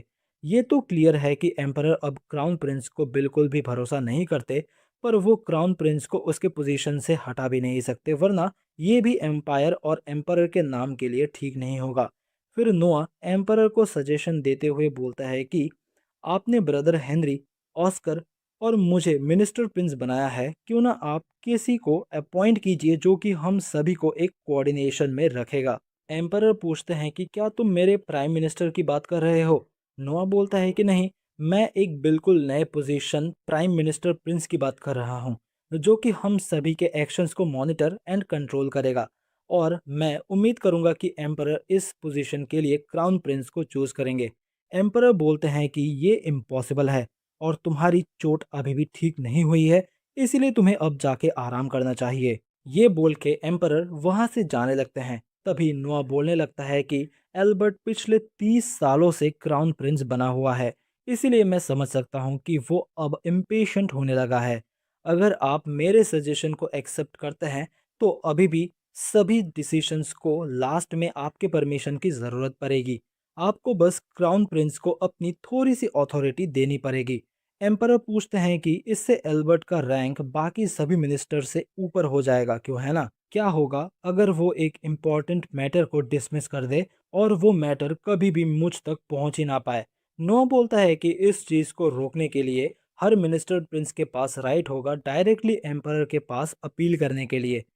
इससे क्राउन प्रिंस के पास कोई भी एक्चुअल पावर नहीं होगा और ये बस एक टाइटल बन के रह जाएगा।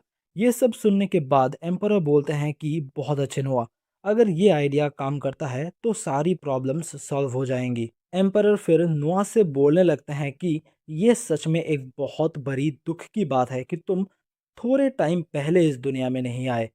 फिर वो बोलते हैं कि मुझे तुम्हें एक रिवॉर्ड देना होगा और तुमने जो आइडिया दिया है उसके लिए पैसे देना काफ़ी नहीं है। फिर वो नोआ को लेके नेशनल वॉल्ट में लेके जाते हैं और बोलते हैं कि तुम अपने जजमेंट से इनमें से एक आइटम चूज कर लो। नोआ लिवाइथन के पावर को यूज करके एक आइटम को सिलेक्ट करता है और उस सिलेक्टेड आइटम को देख के एम्परर भी शॉक हो जाते हैं। नोआ जैसे ही उस बॉक्स को खोलता है, फ्लेम्स नोआ को चारों तरफ से घेर लेते हैं एंड यहीं पे ये एपिसोड खत्म हो जाता है। एपिसोड 8 की स्टार्टिंग में हम देखते हैं कि नोआ पूरी तरह से फ्लेम से घिर चुका था। नोआ को आग में लिपटा हुआ देखकर एम्परर काफ़ी ज़्यादा परेशान हो जाते हैं। वहीं दूसरी तरफ नोआ के सामने एक अजीब सी एंटिटी आ गई थी। अपने सामने इस एंटिटी को देखकर नोआ काफ़ी ज़्यादा हैरान होने के साथ कहता है कि ये तो बिल्कुल लिवाइथन जैसा दिखता है, यानी इसका मतलब है कि इसके जैसे और भी कई सारे हैं। जबकि वो फायर लिवाइथन अपनी फायर पावर का इस्तेमाल करते हुए नोआ पर अटैक कर देता है, जिस अटैक को नोआ अपने स्वॉर्ड से रोकता है और बोलता है कि तो तुम्हारी भी अपनी मर्जी है ना? यानी तुम बिल्कुल लिवायथन जैसे ही हो। जो कहने के बाद वो अपने स्वॉर्ड का इस्तेमाल करते हुए उस क्रिएचर पर अटैक कर देता है। वो क्रिएचर नोआ के इस अटैक से बच नहीं पाया और एक एनर्जी बॉल में कन्वर्ट हो गया, जिसके बाद वो एक आर्टिफैक्ट में ट्रांसफॉर्म होकर नोआ के पास चला जाता है और नोआ को अपना मास्टर मान लेता है, जिस वजह से नोआ के स्टैट्स में भी अब फायर एलिमेंट शामिल हो जाता है। नोआ के इस अचीवमेंट को देखने के बाद एम्परर नोआ से पूछते हैं कि क्या तुम ठीक हो और तुमने उसे पूरी तरह से कंट्रोल कर लिया है। फिर नोआ उस आर्टिफैक्ट को पहन लेता है और फिर से नोआ के चारों तरफ फ्लेम्स आ जाते हैं और एम्परर बोलते हैं कि क्या ब्रिलियंट जजमेंट थी, तुमने बिना किसी हेजिटेशन के लूथियर को सिलेक्ट किया। ये सुन के नोआ पूछता है कि क्या इसका नाम लूथियर है, और मुझे लगता है कि इसमें लिवाइथन जितनी ही पावर है। एम्परर नोआ से पूछने लगते हैं कि क्या तुम इसके पावर को टेस्ट करना चाहोगे, मैं तुम्हारे लिए एक टारगेट तैयार कर दूंगा। नोआ इसके लिए मना कर देता है, बट एम्परर बोलते हैं कि तुम्हारी आंखों को देख के लग रहा है कि तुम्हारे पास कोई दूसरा प्लान है। फिर सीन शिफ्ट होता है जहां नोआ अपने नए आर्टिफैक्ट का पावर यूज करने के लिए पूरी तरह से तैयार था। वो जैसे ही लूथियर को एक्टिवेट करता है, लूथियर नोआ को ही चारों तरफ से फ्लेम में घेर लेता है, जो देख के एम्परर पूरी तरह से शॉक हो जाते हैं और नोआ से पूछने लगते हैं कि क्या वो ठीक है। जिस पे नोआ बोलता है कि हाँ, मैं पूरी तरह से ठीक हूँ, लेकिन देखने से ऐसा लग रहा था कि लूथियर नोआ को रेजिस्ट कर रहा था, जिस वजह से उसे काबू में लाने के लिए नोआ लिवाइथन का पावर यूज करने लगता है। फिर नोआ अपने मन में सोचने लगता है कि जैसा कि मैंने प्रेडिक्ट किया था, लिवाइथन इससे बस थोड़ा सा ही ज़्यादा पावरफुल है। वहीं दूसरी तरफ एम्परर लूथियर का पावर फील करते हुए नोआ से पूछने लगते हैं कि क्या तुम्हें गर्मी फील नहीं हो रही, जिसका जवाब देते हुए नोआ बताता है कि लिवाइथन ने लूथियर के फ्लेम्स को कंट्रोल में रखा हुआ है। ये सब देख के एम्परर शॉक होते हुए बोलते हैं कि तुमने पहली ही बार में इसे इतना ज़्यादा कंट्रोल कर लिया है, ये कमाल की बात है। तो इसी के साथ मैं लूथियर को तुम्हें सौंपता हूँ नोआ, इसका इस्तेमाल एम्पायर के भलाई के लिए करना। और तभी लूथियर के फ्लेम्स भी गायब हो जाते हैं। फिर सीन शिफ्ट होता है और नोआ बोलता है कि ये तो एम्परर के भाई ग्रिम अरेरैट के तरफ से एक पर्सनल डिक्लेरेशन है। फिर अगले सीन में एम्परर नोआ से कहते हैं कि ग्रिम का बेटा और मेरा भतीजा अपने एरिया में काफ़ी ज़्यादा क्राइम करता था और अब नशे की हालत में बहस के दौरान उसने किसी को जान से मार दिया। ये एक बहुत ही सीरियस क्राइम है, बट मेरे भाई ग्रिम ने कहा है कि वो उसके बेटे के लिए जुर्माना भरने के लिए रेडी है। ये सब सुनने के बाद नोआ बोलता है कि पर हम ये एक्सेप्ट नहीं कर सकते। जैसे कि एक बच्चा अपने मॉम डैड के क्राइम के लिए जिम्मेदार नहीं होता, ठीक उसी तरह कोई पेरेंट भी उसके बच्चे के क्राइम के लिए जिम्मेदार नहीं होता। एम्परर इस मामले में नोआ से उसकी राय पूछते हैं। नोआ बताता है कि हम ऐसे सीरियस क्राइम के लिए बस एक जुर्माना लेके उसे छोड़ नहीं सकते। जिस पे एम्परर बोलते हैं कि तो क्या हमें जुर्माना देने को कॉन्स्टिट्यूशनल बनाने के लिए किसी नए लॉ की ज़रूरत है, क्योंकि अभी एम्पायर के ट्रेजरी की हालत काफ़ी ख़राब है और डिज़ास्टर रिलीफ और रिबेलियन को रोकने के लिए भी काफ़ी सारा पैसा लगता है। एम्परर की ऐसी बातें सुन के नोआ अपने मन में सोचता है कि इस चीज़ के लिए मैं एम्परर को ब्लेम भी नहीं कर सकता, क्योंकि वो भी एम्पायर के ट्रेजरी के बारे में ही सोच रहे हैं। बट फिर नोआ बोलने लगता है कि अगर हम ऐसे ही जुर्माना एक्सेप्ट करने लगे तो लोगों को लगने लगेगा कि वो सिर्फ पैसे दे के किसी भी क्राइम से बच सकते हैं, जिससे कि क्राइम को कंट्रोल करना और भी ज़्यादा मुश्किल हो जाएगा। और क्योंकि सिर्फ नोबल्स, मर्चेंट्स और बड़े बड़े लोग ही जुर्माना भर पाएंगे, इससे लोगों का हमारा गवर्नमेंट पे भरोसा कम हो जाएगा और एम्पायर में करप्शन बढ़ जाएगी। एम्पायर के पास फिलहाल फंड्स की कमी है, ये एक बहुत ही सीरियस प्रॉब्लम है, बट हमें इसे रिस्पेक्टेबल वे में हैंडल करना चाहिए। नोआ की ये सब बातें सुनकर एम्परर बोलते हैं कि तुमने बिल्कुल सही कहा, तुमने मेरी गलती को पॉइंट आउट करके बहुत ही अच्छा काम किया है नोआ। ये सुनने के बाद नोआ काफ़ी ज़्यादा हैरान हो जाता है और दूसरी तरफ एम्परर एक लेटर में कुछ लिखने के बाद उसमें स्टैंप लगा देते हैं। फिर एम्परर बोलते हैं कि तुम्हारे जैसी समझदारी बहुत कम लोगों में देखने को मिलती है, इसीलिए मैं तुम्हें मेरा प्रीमियर एडवाइज़र बनाता हूँ। नोआ इस नए पोस्ट को एक्सेप्ट करता है और एम्परर को एम्पायर के फंड्स की प्रॉब्लम सॉल्व करने के लिए एक आइडिया देते हुए बोलता है कि क्यों ना हम किसी क्राइम के लिए जुर्माना ना लेके लोगों से ऑनर के बदले फंड्स लें। जैसे कि जो लोग भी एम्पायर को 1000 गोल्ड कॉइन्स डोनेट करेंगे उन्हें ऑनररी नाइटहुड दिया जा सकता है। पर हमें ये भी देखना होगा कि लोग ऐसे ऑनर और पावर पाने के बाद उसका कोई गलत इस्तेमाल ना करें, और लोग इस बात से ज़्यादा खुश होंगे कि एम्परर खुद उन्हें ये ऑनर दें। इसके बाद नोआ अपने मन में सोचने लगता है कि जब एक इंसान के पास ज़रूरत से ज़्यादा पैसा आ जाता है तो तब वो पैसों से ज़्यादा इज्जत की चिंता करने लगता है। ये सब सुनने के बाद एम्परर बोलते हैं कि मैं तुम्हारे आइडिया को समझ गया, तुमने जो आइडिया दिया है वो सच में बहुत ही अच्छा है। फिर एम्परर अपने अटेंडेंट को ऑस्कर को बुलाने के लिए कह देते हैं। तभी नोआ एम्परर से बोलने लगता है कि मुझे अभी अभी मिनिस्ट्री ऑफ लॉ का कुछ काम याद आ गया है, इसलिए अब मैं यहाँ से जाने की परमिशन मांगता हूँ। पर नोआ मन में सोच रहा होता है कि मुझे अभी यहाँ से जाना होगा, वरना मैं ऑस्कर के डोमिनियन में दखल दे दूंगा। फिर जब नोआ बाहर आता है वो देखता है कि कुछ सर्वेंट्स इकट्ठा होकर कुछ बात कर रहे थे। तभी एक दूसरा सर्वेंट आके बोलने लगता है कि वो सभी लोग आपके थोड़ी देर पहले के कारनामे के बारे में ही बात कर रहे हैं। तभी नोआ उसके हाथ में जो बॉक्स था उसके बारे में पूछने लगता है, जिस पे वो सर्वेंट बोलता है कि ये चीज़ मैंने 16th प्रिंस के लिए डिलीवर किया था। प्रिंस अभी सिर्फ 3 साल के हैं और उन्हें बीटल्स को लड़वाना काफ़ी ज़्यादा पसंद है। फिर सीन शिफ्ट होता है और नोआ अपने कैरेज से कहीं पे जा रहा होता है, और कैरेज के अंदर नोआ लिवाइथन और लूथियर को बाहर निकाल लेता है। वो दोनों बाहर आते ही एक दूसरे के साथ फाइट करने लगते हैं, जो देख के नोआ बोलता है कि इनमें सच में पिछले ओनर्स के सारे टेक्निक्स छिपे हुए हैं। लिवाइथन ने लूथियर को हरा दिया होता है और नोआ फिर से उन दोनों को बाहर लाके फाइट करवाने लगता है, और वो अपने स्टैट्स में देखता है कि अब उसका लेवल 1 से 2 हो चुका है। फिर सीन शिफ्ट होता है और नोआ अभी भी लिवाइथन और लूथियर को फाइट करवा रहा था, जिससे कि उसका स्टैट्स में फायर एबिलिटी और भी बढ़ गई है। फिर वो जोई से कुछ कहने ही वाला होता है कि तभी जोई नोआ की बात समझ जाती है और नोआ पे एक स्पेल कास्ट कर देती है, जिससे कि नोआ अब लेवल 3 का हो चुका है। जो देख के जोई बोलने लगती है कि आपने तो कोई फाइट भी नहीं करी, पर फिर भी आपका लेवल बढ़ चुका है, तो क्या आप ऐसे ही अपने लेवल को इंक्रीज करते रह सकते हैं? जिस पे नोआ कहता है कि ये इतना आसान भी नहीं है। लेवल 1 से 2 तक आने के लिए मुझे बस उनका एक ही फाइट करवाना पड़ा, पर लेवल 2 से 3 तक आने के लिए मुझे उनका 10 बार फाइट करवाना पड़ा। तभी वहाँ पे हेनरी आ जाता है एंड ये सब देख के बोलता है कि ये तो काफ़ी ज़्यादा इंटरेस्टिंग लगता है। फिर वो नोआ के सामने एक बॉक्स रखते हुए कहता है कि मॉन्स्टर नेस्ट आखिरकार मैच्योर हो गया है और इसीलिए अब तुम्हारे पहले कैंपेन का समय है। जो सुनकर नोआ अपने मन में कहता है कि मॉन्स्टर नेस्ट एक ऐसा आर्टिफैक्ट है जिसमें एक हंटिंग ग्राउंड है, और हर एक प्रिंस को यहाँ मॉन्स्टर्स को हरा के एक टेस्ट देना होता है। फिर हेनरी बोलता है कि ये बॉक्स तुम्हें बताएगा कि तुम्हें अपने पहले कैंपेन में अपने साथ कितने सोल्जर्स ले जाने होंगे। जो सुनने के बाद नोआ उस बॉक्स को ओपन कर देता है और उस बॉक्स में से एक पेपर बाहर आया जिसमें लिखा था 1। जो देख के नोआ पूछने लगता है कि क्या इसका मतलब है कि मैं अकेला ही काफ़ी हूँ। जो देख के हेनरी काफ़ी ज़्यादा हैरान हो जाता है और कहता है कि मुझे तो ये यकीन ही नहीं हो रहा, क्योंकि ऐसा पहली बार हो रहा है। फिर अगले सीन में हमें नोआ को दिखाया जाता है जहां वो अपने पैलेस में एक बुक पढ़ रहा होता है।